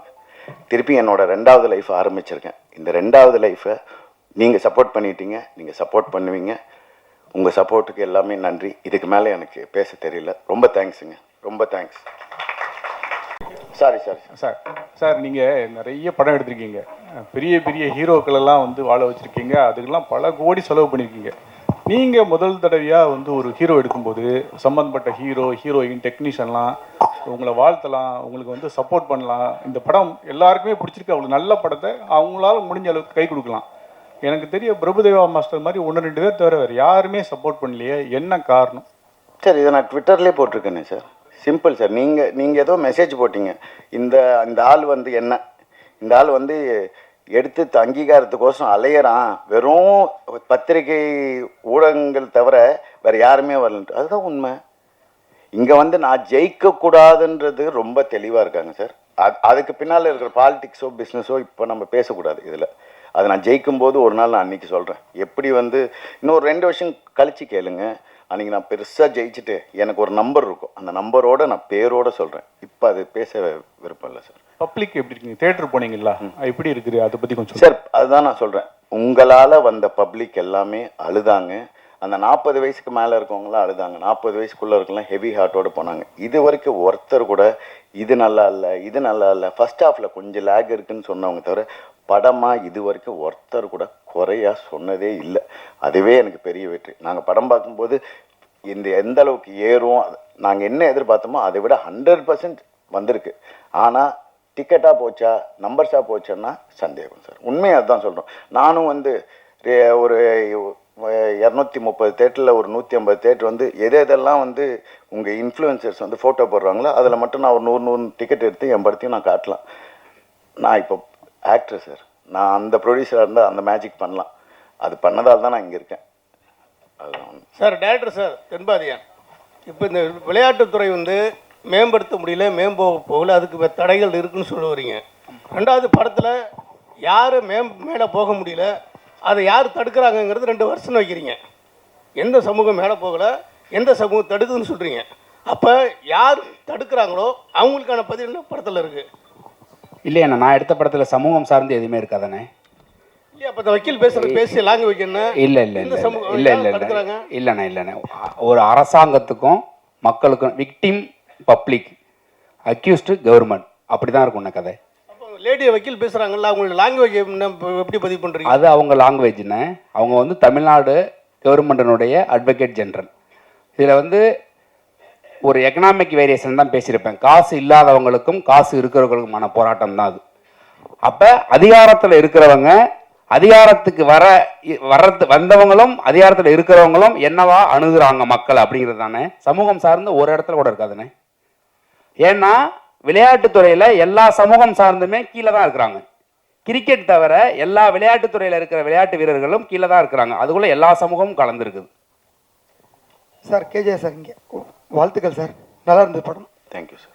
இந்த படத்துக்கு அப்புறம் தமிழ்நாடு விளையாட்டு மேம்பாட்டு ஆணையம் இல்லை நேஷனல் அத்லெட்டிக்லேருந்து ஏதாவது உங்களுக்கு ஃபோன் கால்ஸ் இல்லை ஏதாவது சம்மந்தமான கிளாரிஃபிகேஷன் அது மாதிரி ஏதாவது இருந்தது? அதெல்லாம் ஒரு ஃபோனும் வரல சார். பாவம் எங்கள் ப்ரொடியூசர்ஸ் வந்து தமிழ்நாடு கவர்மெண்ட்டை போய் மீட் பண்ணியிருக்காங்க. ஏன்னா இப்போ ஸ்போர்ட்ஸ் மினிஸ்டரை மீட் பண்ணாங்க, ரிலீஸுக்கு முன்னாடியே மீட் பண்ணி. அதுக்கப்புறம் இந்த படத்தில் நான் கேட்குற கேள்வி, இந்த ஆதிரன் கேட்குற கேள்விக்கு பதில் சொன்னாவே, இப்போ ஸ்போர்ட்ஸ் மினிஸ்டர் ஏதோ ஒரு இன்டர்வியூ எல்லாம் பார்த்தேன், போதை வில்லேஜ் போதையாக மாறிட்டு இருக்குன்ட்டு. இது எல்லாமே இந்த படத்தில் சொல்லியிருக்கோம். இதுக்கு என்ன பதில், இதுக்கு என்ன சொல்யூஷன் நீங்கள் வெளில தேட தேவையில்லை. இந்த படத்தை பார்த்தாவே கஷ்டப்பட்டு உட்காந்து ரிசர்ச் எல்லாம் பண்ண தேவையில்லை. போய் டாஸ்மார்க்கு போய் ரிசர்ச் பண்ணாங்களே போன கவர்மெண்ட், அது மாதிரிலாம் பண்ண தேவையில்லை. இந்த படம் தான் ஒரு ப்ளூ பிரிண்ட், இந்த ஸ்போர்ட்ஸை எப்படி டெவலப் பண்ணணுன்ட்டு. அவ்வளோதான், முடிஞ்சு போச்சு. தேங்க்யூ.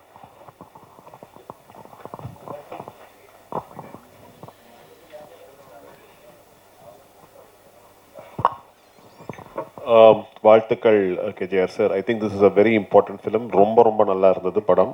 இது தமிழ் சினிமாவில் ரொம்ப தவிர்க்க முடியாத ஒரு படமாக நாங்கள் கருதுகிறோம். நம்ம மட்டும்தான் சார் நீங்கள் மட்டும்தான் கருதுறீங்க? இல்லை அப்படி கிடையாது சார். இது நீங்கள் சொன்னாலும் சொல்லலைனாலும் சொல்லியிருக்கிற உண்மை வந்து ரொம்ப சாதாரண உண்மை கிடையாது. இது ரொம்ப பொதுமக்களுக்கு தெரிய வேண்டிய ஒரு படம். இந்த மாதிரி ஒரு படம் எடுக்கிறதுக்கு ரொம்ப தைரியம் தேவை. எடுத்திருக்கிறதுக்கும் உங்களுக்கு வாழ்த்துக்கள். ஸோ யார் அக்செப்ட் பண்ணிக்கிறாங்களோ இல்லையோ, the truth is that this film is an important film in Tamil cinema. It is a landmark film. There is no doubt about that. என்னுடைய கேள்வி வந்து டைரக்டருக்கு, இந்த மாதிரி கோவம் நீங்கள் சொல்லும்போது, நீங்கள் பேசும்போது இந்த படம் வந்து கோவத்தினுடைய ஒரு வெளிப்பாடு அப்படின்னீங்க. இங்கே இருக்கிற எல்லாருக்கும் அந்த கோவம் இருக்குது. ஆனால் உங்களுக்கு மாத்திரம் இந்த படத்தை எடுக்கணும்னு ஏன் தோணுச்சு? என்ன specific reason, spark for the film? அண்ணா ஒன்றும் இல்லைண்ணே, என்னோடய கிராமம் வந்து மன்னார்குடி பக்கத்தில் வடுவூர். என்னோடய கிராமம் விளையாட்டு கிராமம். இப்போ அந்த கிராமம் இருக்குது, விளையாட்டு இல்லை. எனக்கு விளையாட்டுக்கு சம்மந்தம் கிடையாது. என் ஊருக்குள்ளே இருக்கிற விளையாட்டு கபடி வாலிபால் பிளேயர்ஸை தமிழ்நாடு இந்தியா லெவலில் நீங்கள் எங்கே சொன்னாலும் என் ஊரை தெரியும். என் ஊரை எல்லா ஊருக்கும் தெரியுங்கிறத நான் இந்த கதைக்கு ரிசர்ச் போகும்போது தான் எனக்கு தெரிஞ்சிச்சு. திருநெல்வேலியில் இருக்கிற ஒருத்தர் வந்து என் மாமன் பையன் பேரை சொல்லி ரைட் ஆர்ச் ஆடினா சூப்பராக ஆடுவானு சொல்கிற அளவுக்கு இந்தியா ஃபுல்லாக இருக்கிறாங்க. இது இல்லாமல் என்னுடைய கிராமத்தில் இருக்கிற விளையாட்டு காணா போனதை மாதிரி தேடும்போது அது பெரும்பான்மையான கிராமத்தில் அது இருக்குது. என்னன்னா விளையாட்டு வீரர்கள் சரியாக இருந்தால் அந்த சமூகம் சரியாக இருக்கும்னு நான் நம்புகிறேன். ஏன்னா ஒரு ஒழுக்கத்தை வந்து ரொம்ப ரொம்ப ப்ராப்பராக ஃபாலோ பண்ணுறது வந்து விளையாட்டு வீரர்கள் நான் வந்து பார்க்குறேன். அதாவது இன்னைக்கு வந்து போதை வஸ்துகள் வந்து ரொம்ப ரொம்ப தீவிரமாக சமூகத்தில் ஊடுருவி இருக்குது. அதை ஒரு மினிமமாக வந்து ஓரளவுக்கு கட்டுக்கோப்பில் இருக்கிற ஒரு டிபார்ட்மெண்ட்னா ஸ்போர்ட்ஸில் இருக்கிற பசங்க தான் அதை நோக்கி நகராமல் இருக்கிறாங்க. நீங்கள் வந்து கைவிட்டு எனக்கு முதல்ல அந்த 2-3 இடத்துல கூட எனக்கு ஃபோன் பண்ணி பேசினாங்க. ஒரு அண்ணன் கூட போன மீட்டில் கேட்டாங்க, ஸ்மோக்கிங் கார்டு ட்ரிங்கிங் கார்டு போடலை அப்படின்னு.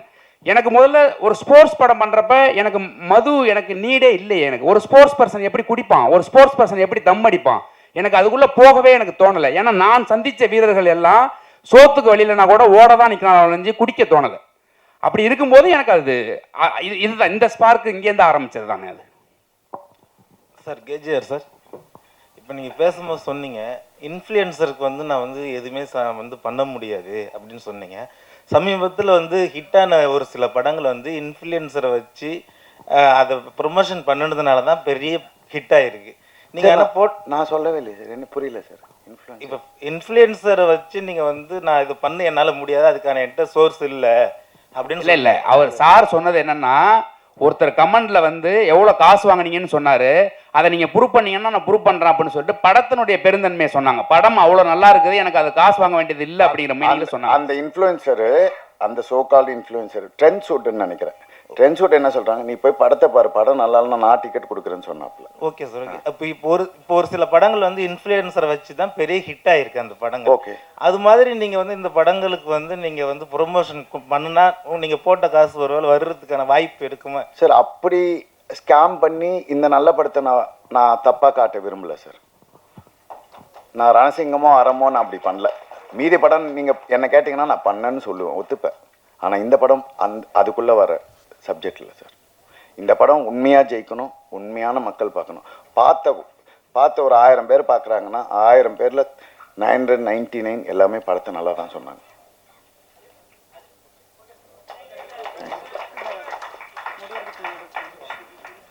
சார் ஒரு நிமிஷம், நிகழ்ச்சி முடியறதுக்கு முன்னாடி இன்னைக்கு நம்மளுடைய டீம் நம்ம கூட இருக்காங்க. நேத்து வின் பண்ணிட்டு வந்திருக்கீங்கன்னு நினைக்கிறேன்ல, congratulations. Please join us on stage.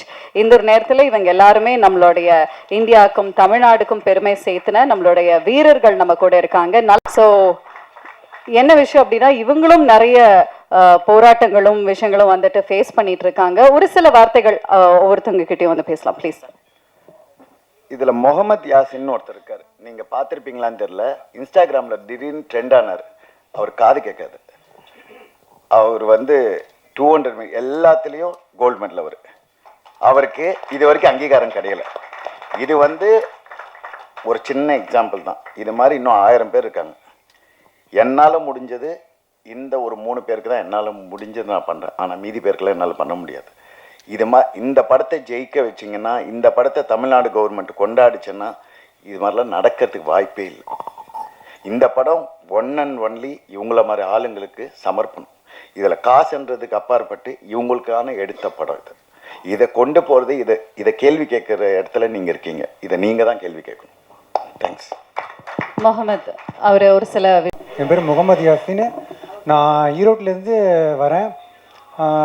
நான் வந்து என்னோடய ஸ்போர்ட்ஸில் எக்ஸ்பீரியன்ஸ் ஷேர் பண்ணுறேன். நான் வந்து கிட்டத்தட்ட 15 வருஷமாக ஸ்போர்ட்ஸ் பண்ணிகிட்ருக்கிறேன். ஸோ அந்த 15 வருஷத்தில் பார்த்தீங்கன்னாங்களே, நான் சில மீட்டுக்கெலாம் போவேன். நேஷ்னல் ஸ்டேட்டு டிஸ்ட்ரிக்ட்லாம் போவேன். அதில் எல்லா மீட்டும் போய் அட்டன் பண்ணிக்கிறேன், மெடல் பண்ணிக்கிறேன்.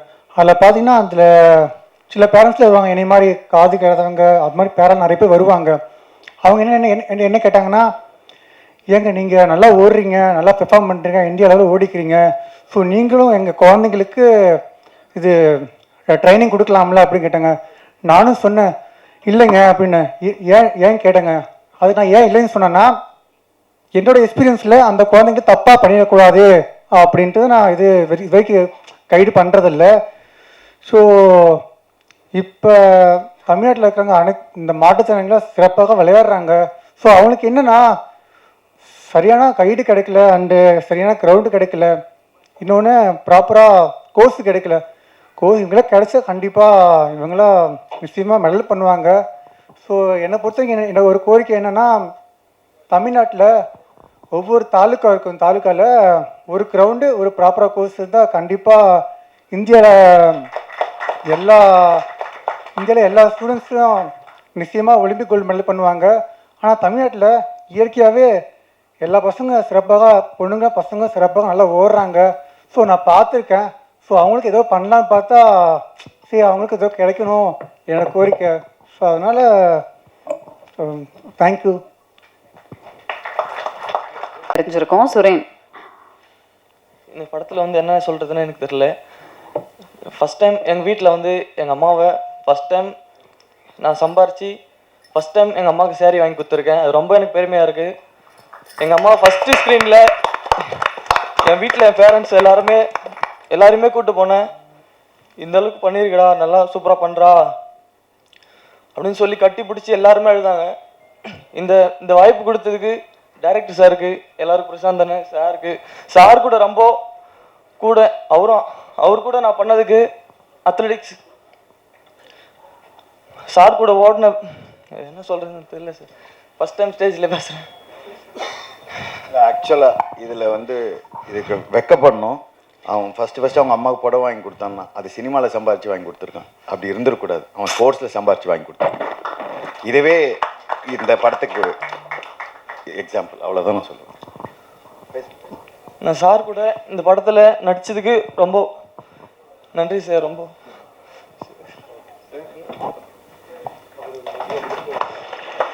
வாய்ப்பு கொடுத்ததுக்கு ரொம்ப நன்றி சார்.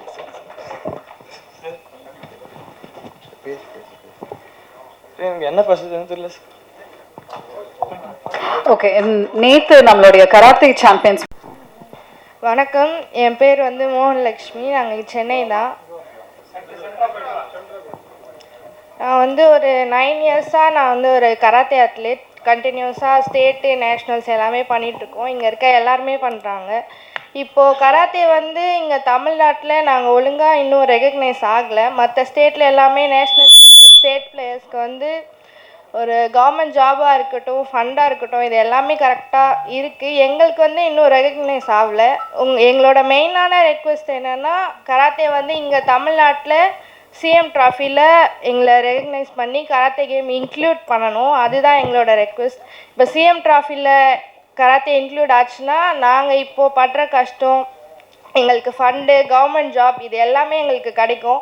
எங்களால் அகாடமிக்ஸும் பார்க்க முடியும், ஸ்போர்ட்டும் தமிழ்நாடு வந்து ரெப்ரசன்ட் பண்ணி இன்னும் எங்களால் பெரிய லெவலில் ப்ளேஸ் பண்ண முடியும். நேஷ்னலாக இருக்கட்டும், ஸ்டேட்டாக இருக்கட்டும்.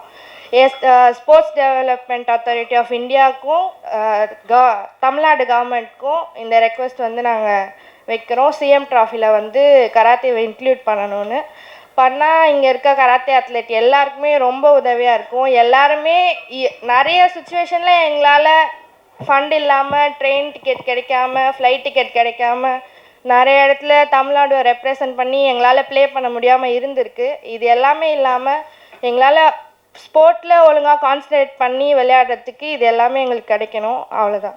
தேங்க்யூ. ஆக்சுவலாக கராட்டே கோச் என்னை பார்த்துக்கோங்க, எனக்கு 41 இயர்ஸ் ஆகுது. இப்போ சாயில் ஏசியன் கேம்ஸ் ஜப்பானில் நடக்கிறதுக்கு சாயில் நானும் ஒரு ஆள் செலக்ட் ஆகிருக்கேன். டாப் 4ல் இந்தியாவிலேருந்து டாப் 4ல் நானும் ஒரு ஆள். இப்போது 41 இயர்ஸில் அங்கீகாரம் கிடைக்காம. இது இப்போது பாரதி, மலர் எல்லாமே இங்கே வாங்க. பாரதி ஆக்சுவலாக இவங்கெல்லாம் வந்து மை கேர்ள் பாய் பார்த்துக்கோங்க. ஆக்சுவலாக கேர்ள் தான், ஃபீமேல் தான் இவங்களாம். இப்போ இவங்க பாரதி வந்து ஏசியன் லெவலில் 7th பொசிஷனில் இருக்காங்க. இப்போ சைனாவில் நடந்த மேட்ச்சில் 7th பொசிஷன் இந்தியாவுக்காக விளையாடி, மலர்வி வந்து ஏசியனில் 5th பொசிஷனில் இருக்காங்க. சைனாவில் நடந்த மேட்ச்சு 2025ல். இப்போ 26க்கு அடுத்த இது போயிட்டு இருக்கு. இப்போ இவங்க 5th பொசிஷன்லேருந்து கோல்டு அடிக்கிறதுக்கு வாய்ப்பு இருக்கா இல்லையா? ஆக்சுவலாக நான் வந்து 5th பொசிஷனில் வந்திருக்காங்க. எல்லாம் ஓன் காசு. பேரண்ட்ஸ் தவங்க இருக்காங்க, எல்லாம் அவங்க காசு தான். இதே கவர்மெண்ட் சப்போர்ட் இருந்துச்சுன்னா இப்போ இவங்க கோல்டு அடிக்கிறதுக்கு வாய்ப்பு இருக்கா இல்லையா? நான் உங்களுக்கு கேட்குறேன். 5th ஃபஸ்ட்டு வரது பக்கத்தில் தானே. அப்போ ஆனால் நாங்கள் ஓனாக ரெடி பண்ணி கொண்டு போதும், எல்லாமே ஓன் காசு. அப்போ ஒரு ஸ்டேஜில் பேரண்ட்ஸும் பட்ஜெட் இல்லாமல் அனுப்ப மாட்டேன்றாங்க, ப்ராக்டிஸ் அனுப்ப மாட்டேறாங்க.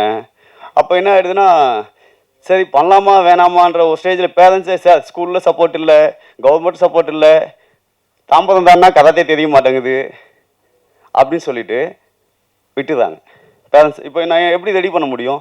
நான் என்ன சொல்கிறேன்னா, சாயில் ஆக்சுவலாக ஸ்போர்ட்ஸ் அத்தாரிட்டி ஆஃப் இந்தியாவில் டாப் 4ல் ஏசியன் கேம்ஸுக்கு செலெக்ஷன் வச்சு நேஷனல் ஸ்குவாடில் இருக்கேன். நான் டாப் 4ல் இருக்கேன். அப்போ ஏசியன் கேம்ஸுக்கு அடுத்த ஜென்ரேஷனை நாங்கள் ரெடி பண்ணணும் அப்படின்னா சப்போர்ட் இல்லாமல் பண்ண முடியல. எல்லாமே ஓன் காசாக பட்ஜெட்டுக்கு அப்புறம் அவங்களால எல்லாமே பெரிய பெரிய ஆள்லாம் கிடையாது, எல்லாமே middle class low class family தான் கராட்டே பண்ணுறாங்க.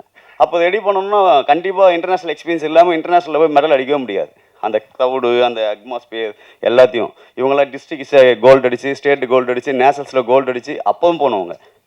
ஆனாலும் ரெகக்னேஷன் தமிழ்நாட்டில் மோஸ்ட்லி மற்ற எல்லா ஸ்டேட்லேயுமே இது எல்லாமே கிடைக்குது. எல்லா கவர்மெண்ட் சப்போர்ட் பண்ணுறாங்க. நாங்கள் நேஷனல்ஸ் போவோம், தமிழ்நாட்டிலேருந்து எல்லா நேஷனல் பிளேயர்ஸும் வருவாங்க. அவங்ககிட்டே பேசும்போது நாங்கள் வந்தது எல்லாமே ஓன் கவர்மெண்ட் ஃபண்டு, அவங்க சப்போர்ட் பண்ணி வந்தாங்கன்னு சொல்லுவாங்க. ஆனால் இவங்க நேஷனல்ஸ் வரும்போது இவங்க ஓன் ஃபண்டாக இருக்கும். அப்போது ஒரு ஸ்டேஜுக்கு மேலே பண்ண முடியல எங்களால். நான் ஆக்சுவலாக வந்து வாலண்டரியாக வந்தேன், எப்படியோ இதுதான் ரீசன். கொஞ்சம் தமிழ்நாடு கவர்மெண்ட் வந்து ஏஷியன் கேம்ஸில் இருக்குது, கராட்டே வந்து ஏஷியன் கேம்ஸில் இருக்குது, நேஷ்னல் கேம்ஸ், நேஷ்னல் யூனிவர்சிட்டி கேம்ஸில் இருக்குது, ஸ்கூல் கேம்ஸில் இருக்குது, எல்லாத்துலேயும் இருக்குது. ஆனால் வந்து தமிழ்நாட்டில் வந்து சிஎம் டிராஃபியில் கூட எங்களுக்கு கிடையாது. அப்போ நாங்கள் பேரண்ட்ஸ் கிட்ட என்ன பேசுறது? இது ஆக்சுவலாக சார் திடீர்னு பேட்டி கூப்பிட்டு திடீர்னு கூப்பிட்டாங்களா, கைக்கெல்லாம் வருது எனக்கு ஃபஸ்ட் டைம் பேசிச்சு. ஆனால் சொல்லணும்னு தோணுது. ஆனால் கொஞ்சம் கவர்மெண்ட் சப்போர்ட் பண்ணால் கொஞ்சம் நல்லாயிருக்கும்னு நாங்கள் நினைக்கிறோம். அடுத்து கராட்டே வந்து இன்டர்நேஷ்னல் கேம், ஒலிம்பிக் கேம்ஸ். இப்போ நீங்கள் சொன்னீங்களே ஒலிம்பிக்கில் மெடல் அடிக்கணும் ஆடலாம். அப்போ நாங்கள் எப்படி அடிக்க முடியும்? ஓன் காஸ்ட்லேயே போய் அடிக்க முடியும். நாங்கள் எவ்வளோ இன்டர்நேஷ்னல் எக்ஸ்பீரியன்ஸ் பண்ணது. இப்போ இவங்க வந்து 4 டைம் இந்தியாவுக்காக விளையாடிருக்காங்க. சவுத் ஏஷியனில் கோல்டு வின் பண்ணியிருக்காங்க, பூட்டானில் ஏசியனில் ஃபிலிப்பைன்ஸில் டாப் 7, 8 அந்த பொசிஷனில் வந்தாங்க. இப்போ லாஸ்ட் இயர் நேஷனல்ஸ் மறுபடியும் ஸ்ரீலங்காவில் கோல்டு அடித்தாங்க. சவுத் ஏஷியனில் போய் 7th பொசிஷன் வந்தாங்க. இப்போ ஃபஸ்ட் டைமாக நேஷனல் செலக்ட் ஆனாங்க. லாஸ்ட் இயர் சவுத் ஏஷியனில் கோல்டு அடித்தாங்க ஸ்ரீலங்காவில். அப்போ சைனாவில் நடந்த மேட்ச்சில் ஏசியனில் 5th position, just medal miss ஆயிடுச்சு எங்களுக்கு. மெடல் ஃபஸ்ட்டு இருந்தால் தமிழ்நாட்டில் ஃபஸ்ட்டு மெடல் நாங்களாக இருந்திருப்போம் ஏசியன் இன்டர்நேஷ்னலில். ஆனால் மிஸ் ஆகிடுச்சு. அடுத்த டைம் அனுப்புங்க அப்படின்னா பேரண்ட்ஸ் எல்லாம் கடவுளை வேண்டிக்கிறாங்க. இந்த நேஷனல் செலெக்ஷனுக்கு கடவுளை வேண்டிக்கிறாங்க, என் பொண்ணு செலக்ட் ஆகிடக்கூடாது அப்படின்ட்டு. உண்மையாக சொல்கிறேன், கடவுளை வேண்டிக்கிறாங்க. அவங்க இப்போ நேஷனல் பிரான்ஸ் மெடல் கடவுளை வேண்டிக்கிறாங்க. ஏன்னா ஐயோ மறுபடியும் எங்களுக்கு பட்ஜெட் இல்லை, செலக்ட் ஆகிட்டா கண்டிப்பாக அனுப்பணும் அப்படின்னு நான் சொல்கிறேன் பேரண்ட்ஸ் கிட்ட. கொஞ்சம் அப்போ காசு இல்லை. இல்லை கவர்மெண்ட் ஸ்கூல், என்ன ஸ்கூலில் படிக்கிறீங்க? Chennai girls higher secondary school Saidapet. Chennai girls higher secondary school Saidapet. இப்போ முடிச்சிட்டாங்க. இப்போ வந்து என்ன பண்ணுறாங்கன்னா லா படிக்கிறாங்க. டாக்டர் அம்பேத்கர் லா யூனிவர்சிட்டி. பாருங்க, இது சாருக்கும் அந்த இந்த படத்துக்கும் ஸ்போர்ட்ஸ் பர்சனுக்கும் பாரதிக்கெலாம் அப்படியே ஷூட் ஆகுது. நான் இன்னும் மூவி பார்க்கல. நாங்கள் நேற்று தான் போபால் போயிட்டு வந்தோம், சாக்கோட்டில் வந்தோம். இன்றைக்கி கண்டிப்பாக மூவி பார்த்துருவோம். ஆனால் வந்து கொஞ்சம் எல்லாமே சேர்ந்து கராத்தேக்கும் சப்போர்ட் பண்ணுங்க. நாங்களும் இருக்கோம், எங்களுக்கும் இந்த கிரிக்கெட்டை தவிர நம்ம இதுவில் ஸ்போர்ட்ஸே டெவலப் ஆக மாட்டோம். எங்கள் ஃபீல் இப்போ சான்ஸ் கிடச்சிச்சு, நான் பேசிடுறேன். ஸோ இது எப்படி இருக்குன்னு தெரியாது எனக்கு. ஆனால் சிஎம் ட்ராஃபி இதெல்லாம் கிடச்சிச்சின்னா கொஞ்சம் எங்களாலையும் இன்டர்நேஷ்னல் லெவலில் பசங்களை ரெடி பண்ண முடியும், அச்சீவ் பண்ண முடியும். Thank you for supporting.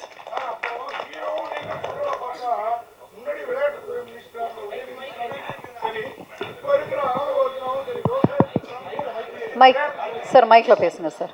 முன்னாடி உதயநிதி ஸ்டாலினும் சரி, சரிங்க சார், இப்போ இருக்கிற ஆதவர்ஜனாவும் சரி, சரி சார், விளையாட்டு வந்து விவசாயத்தை தாண்டி நான் முக்கியத்துவம் கொடுப்பேன்னு இப்போ ஆதவர்ஜனா சொல்லி அது சர்ச்சை ஆச்சு.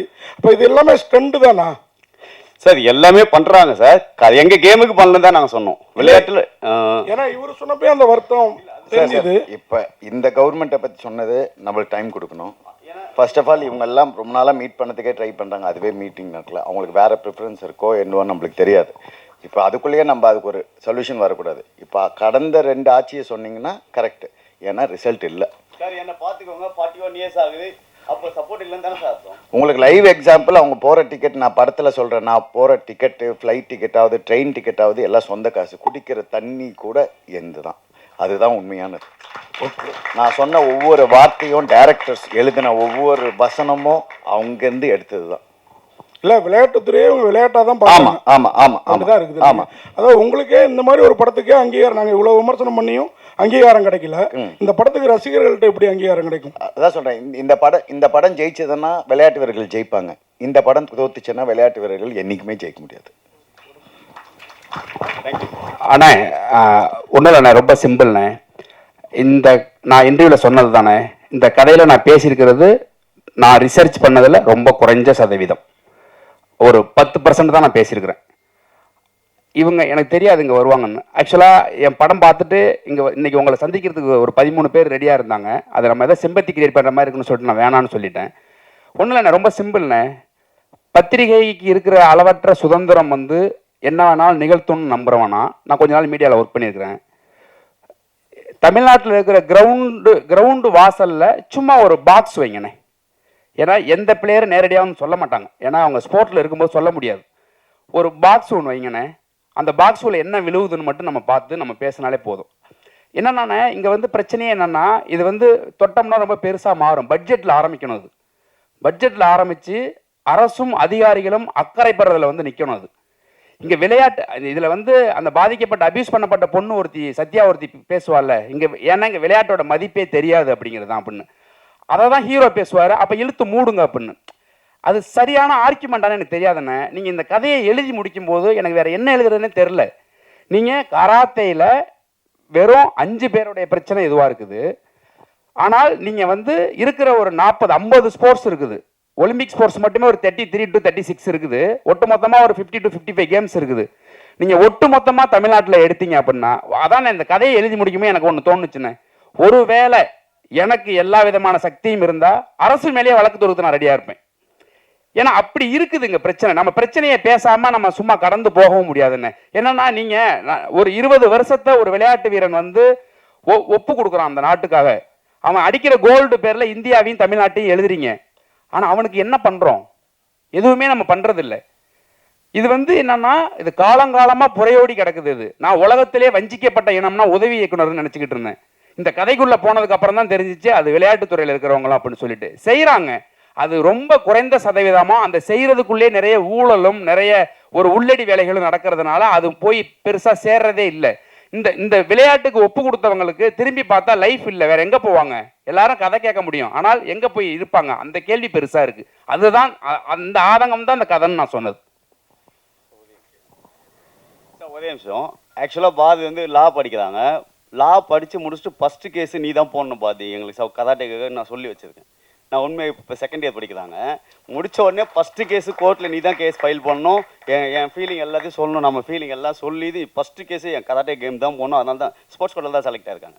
ஸ்போர்ட்ஸ் கோட்டாவில் கராட்டேயில் ஸ்போர்ட்ஸ் கோட்டா அச்சீவ் பண்ணி தான் செலக்ட் ஆகிருக்காங்க. அதனால் ஸ்போர்ட்ஸுக்கு தான் கேஸ் போடணுன்னு அந்தளவுக்கு என் மேலே அவ்வளோ கோவம். நான் இது சொன்னதால் தான் எனக்கு தான் சார். ஒரு 2 மினிட்ஸ் தான். இப்போ நான் பார்த்தீங்கன்னா ஸ்கூல் கேம்ஸ் SGFA-உடைய 3 வருஷமாக 2023 நான் தான் கோச் போகிறேன். இன்றைக்கி வரையும் கரண்ட்டில் இதில் நான் தான் டீம் கோச்சாக தமிழ்நாடு டீமை அழைச்சிட்டு போகிறேன். Under 14, Under 17, Under 19. இப்போ நீங்கள் நேஷ்னல் கேலண்டர் எடுத்துட்டிங்கன்னு வச்சுக்கோங்களேன். தமிழ்நாடு எந்த கேமுமே நேஷ்னல்ஸ் ரேராக தான் ஹோஸ்டே பண்ணோம். நாங்கள் எப்போவுமே நேஷ்னல்ஸ்க்கு அதர் நார்த் சைடு தான் போனோம். ஃபண்ட் இல்லையா, பட்ஜெட் ப்ராப்ளமாக நாங்கள் எவ்வளோ புஷ் பண்ணியிருக்கோம். நீங்கள் ஒரு நேஷ்னல்ஸ் எடுத்து நடத்துங்க, தமிழ்நாடுலேருந்து புஷ் பண்ணுங்க. கடைசியாக யார் நடத்துறதுன்னு கேள்வி வரும்போது பட்ஜெட் ப்ராப்ளம் ஏதாவது ஒன்று சொல்லி எங்களை நெக்லெக்ட் பண்ணிவிட்டு இப்போ நாங்கள் இங்கே வந்ததுக்கப்புறம் ஜஸ்ட்டு ஒரு 10 மினிட்ஸ் ஆச்சு வந்தோம். நேஷ்னல் கேலண்டர் ரிலீஸ் ஆச்சு. அதில் நீங்கள் எடுத்து பார்த்தீங்கன்னா சவுத்தில் ஒரே ஒரு வாட்டி இந்த வாட்டி தான் தெலுங்கானாக்கு கொடுத்துருக்காங்க. அதை தாண்டி பார்த்தீங்கன்னா எல்லாமே நாங்கள் ட்ராவல் பண்ணுறது பார்த்தீங்கன்னா டோட்டலாகவே அதர் ஸ்டேட்ஸ் நேஷனல்ஸ். இப்போ கூட நாங்கள் ஒரு திபுகார் ஒரு யூனிவர்சிட்டி மேட்ச் போனோம். வித்தவுட் ஒரு ட்ரெயின் கன்செஷன், ஒரு எமர்ஜென்சி கோட்டாக்கு ஒரு 2 பேர் கூட டிக்கெட் கிடைக்காம நிறைய கஷ்டப்பட்டிருக்கோம். ஏன்னா இப்போ சார் கவர்மெண்ட் பண்ணலையா அப்படின்னு கேட்டதுனால இது பதிவு பண்ணணும் அப்படின்றதுக்காக தான். இதுவரையும் எங்களுக்கு பண்ணலை. இப்போ புதுசாக வந்திருக்க கவர்மெண்ட் பண்ணுமான்ற ஒரு கோரிக்கைக்காக தான் எங்களுக்கு சார் கூப்பிட்டோன்னே சரி நாங்கள் டீமை கூப்பிட்டு வரோம் சார், இந்த மாதிரி எங்களுக்கு ஒரு சான்ஸ் கொடுங்க அப்படின்னு கேட்டிருக்கோம். இதுதான் சார் விஷயம். இப்போ நடக்கிற ஸ்போர்ட்ஸ் எங்கள் கராத்தேல மட்டும் சொல்ல, எல்லா ஸ்போர்ட்ஸ் 68 டிசிப்ளின்ஸ் இருக்குது ஸ்போர்ட்ஸில். அந்த கேம்ஸுக்குமே பார்த்தீங்கன்னா ஒன்று கூட சவுத்தில் நடக்குது. ஏதாவது 1-2 ரேர் நடக்கும். அது கூட ஏதாவது ஒரு பெரிய ஒரு இன்டர்நேஷ்னல் ஸ்கூல் எடுத்து பண்ணுவாங்க, இல்லைனா ஒரு காலேஜ் எடுத்து பண்ணுவாங்க. அதுதான் சார் விஷயம். தேங்க்யூ அண்ணா. அனைவருக்கும் நன்றிண்ணே. ரொம்ப உங்களுடைய நேரத்தை கொடுத்ததுக்கு ரொம்ப நன்றி. இந்த படத்தை தியேட்டரில் போய் சேர்க்கறதுக்கு உங்களால் முடிஞ்சதை ஹெல்ப் பண்ணுங்கண்ணே. ரொம்ப ரொம்ப நன்றிண்ணே. நன்றி. I request everyone to kindly stand.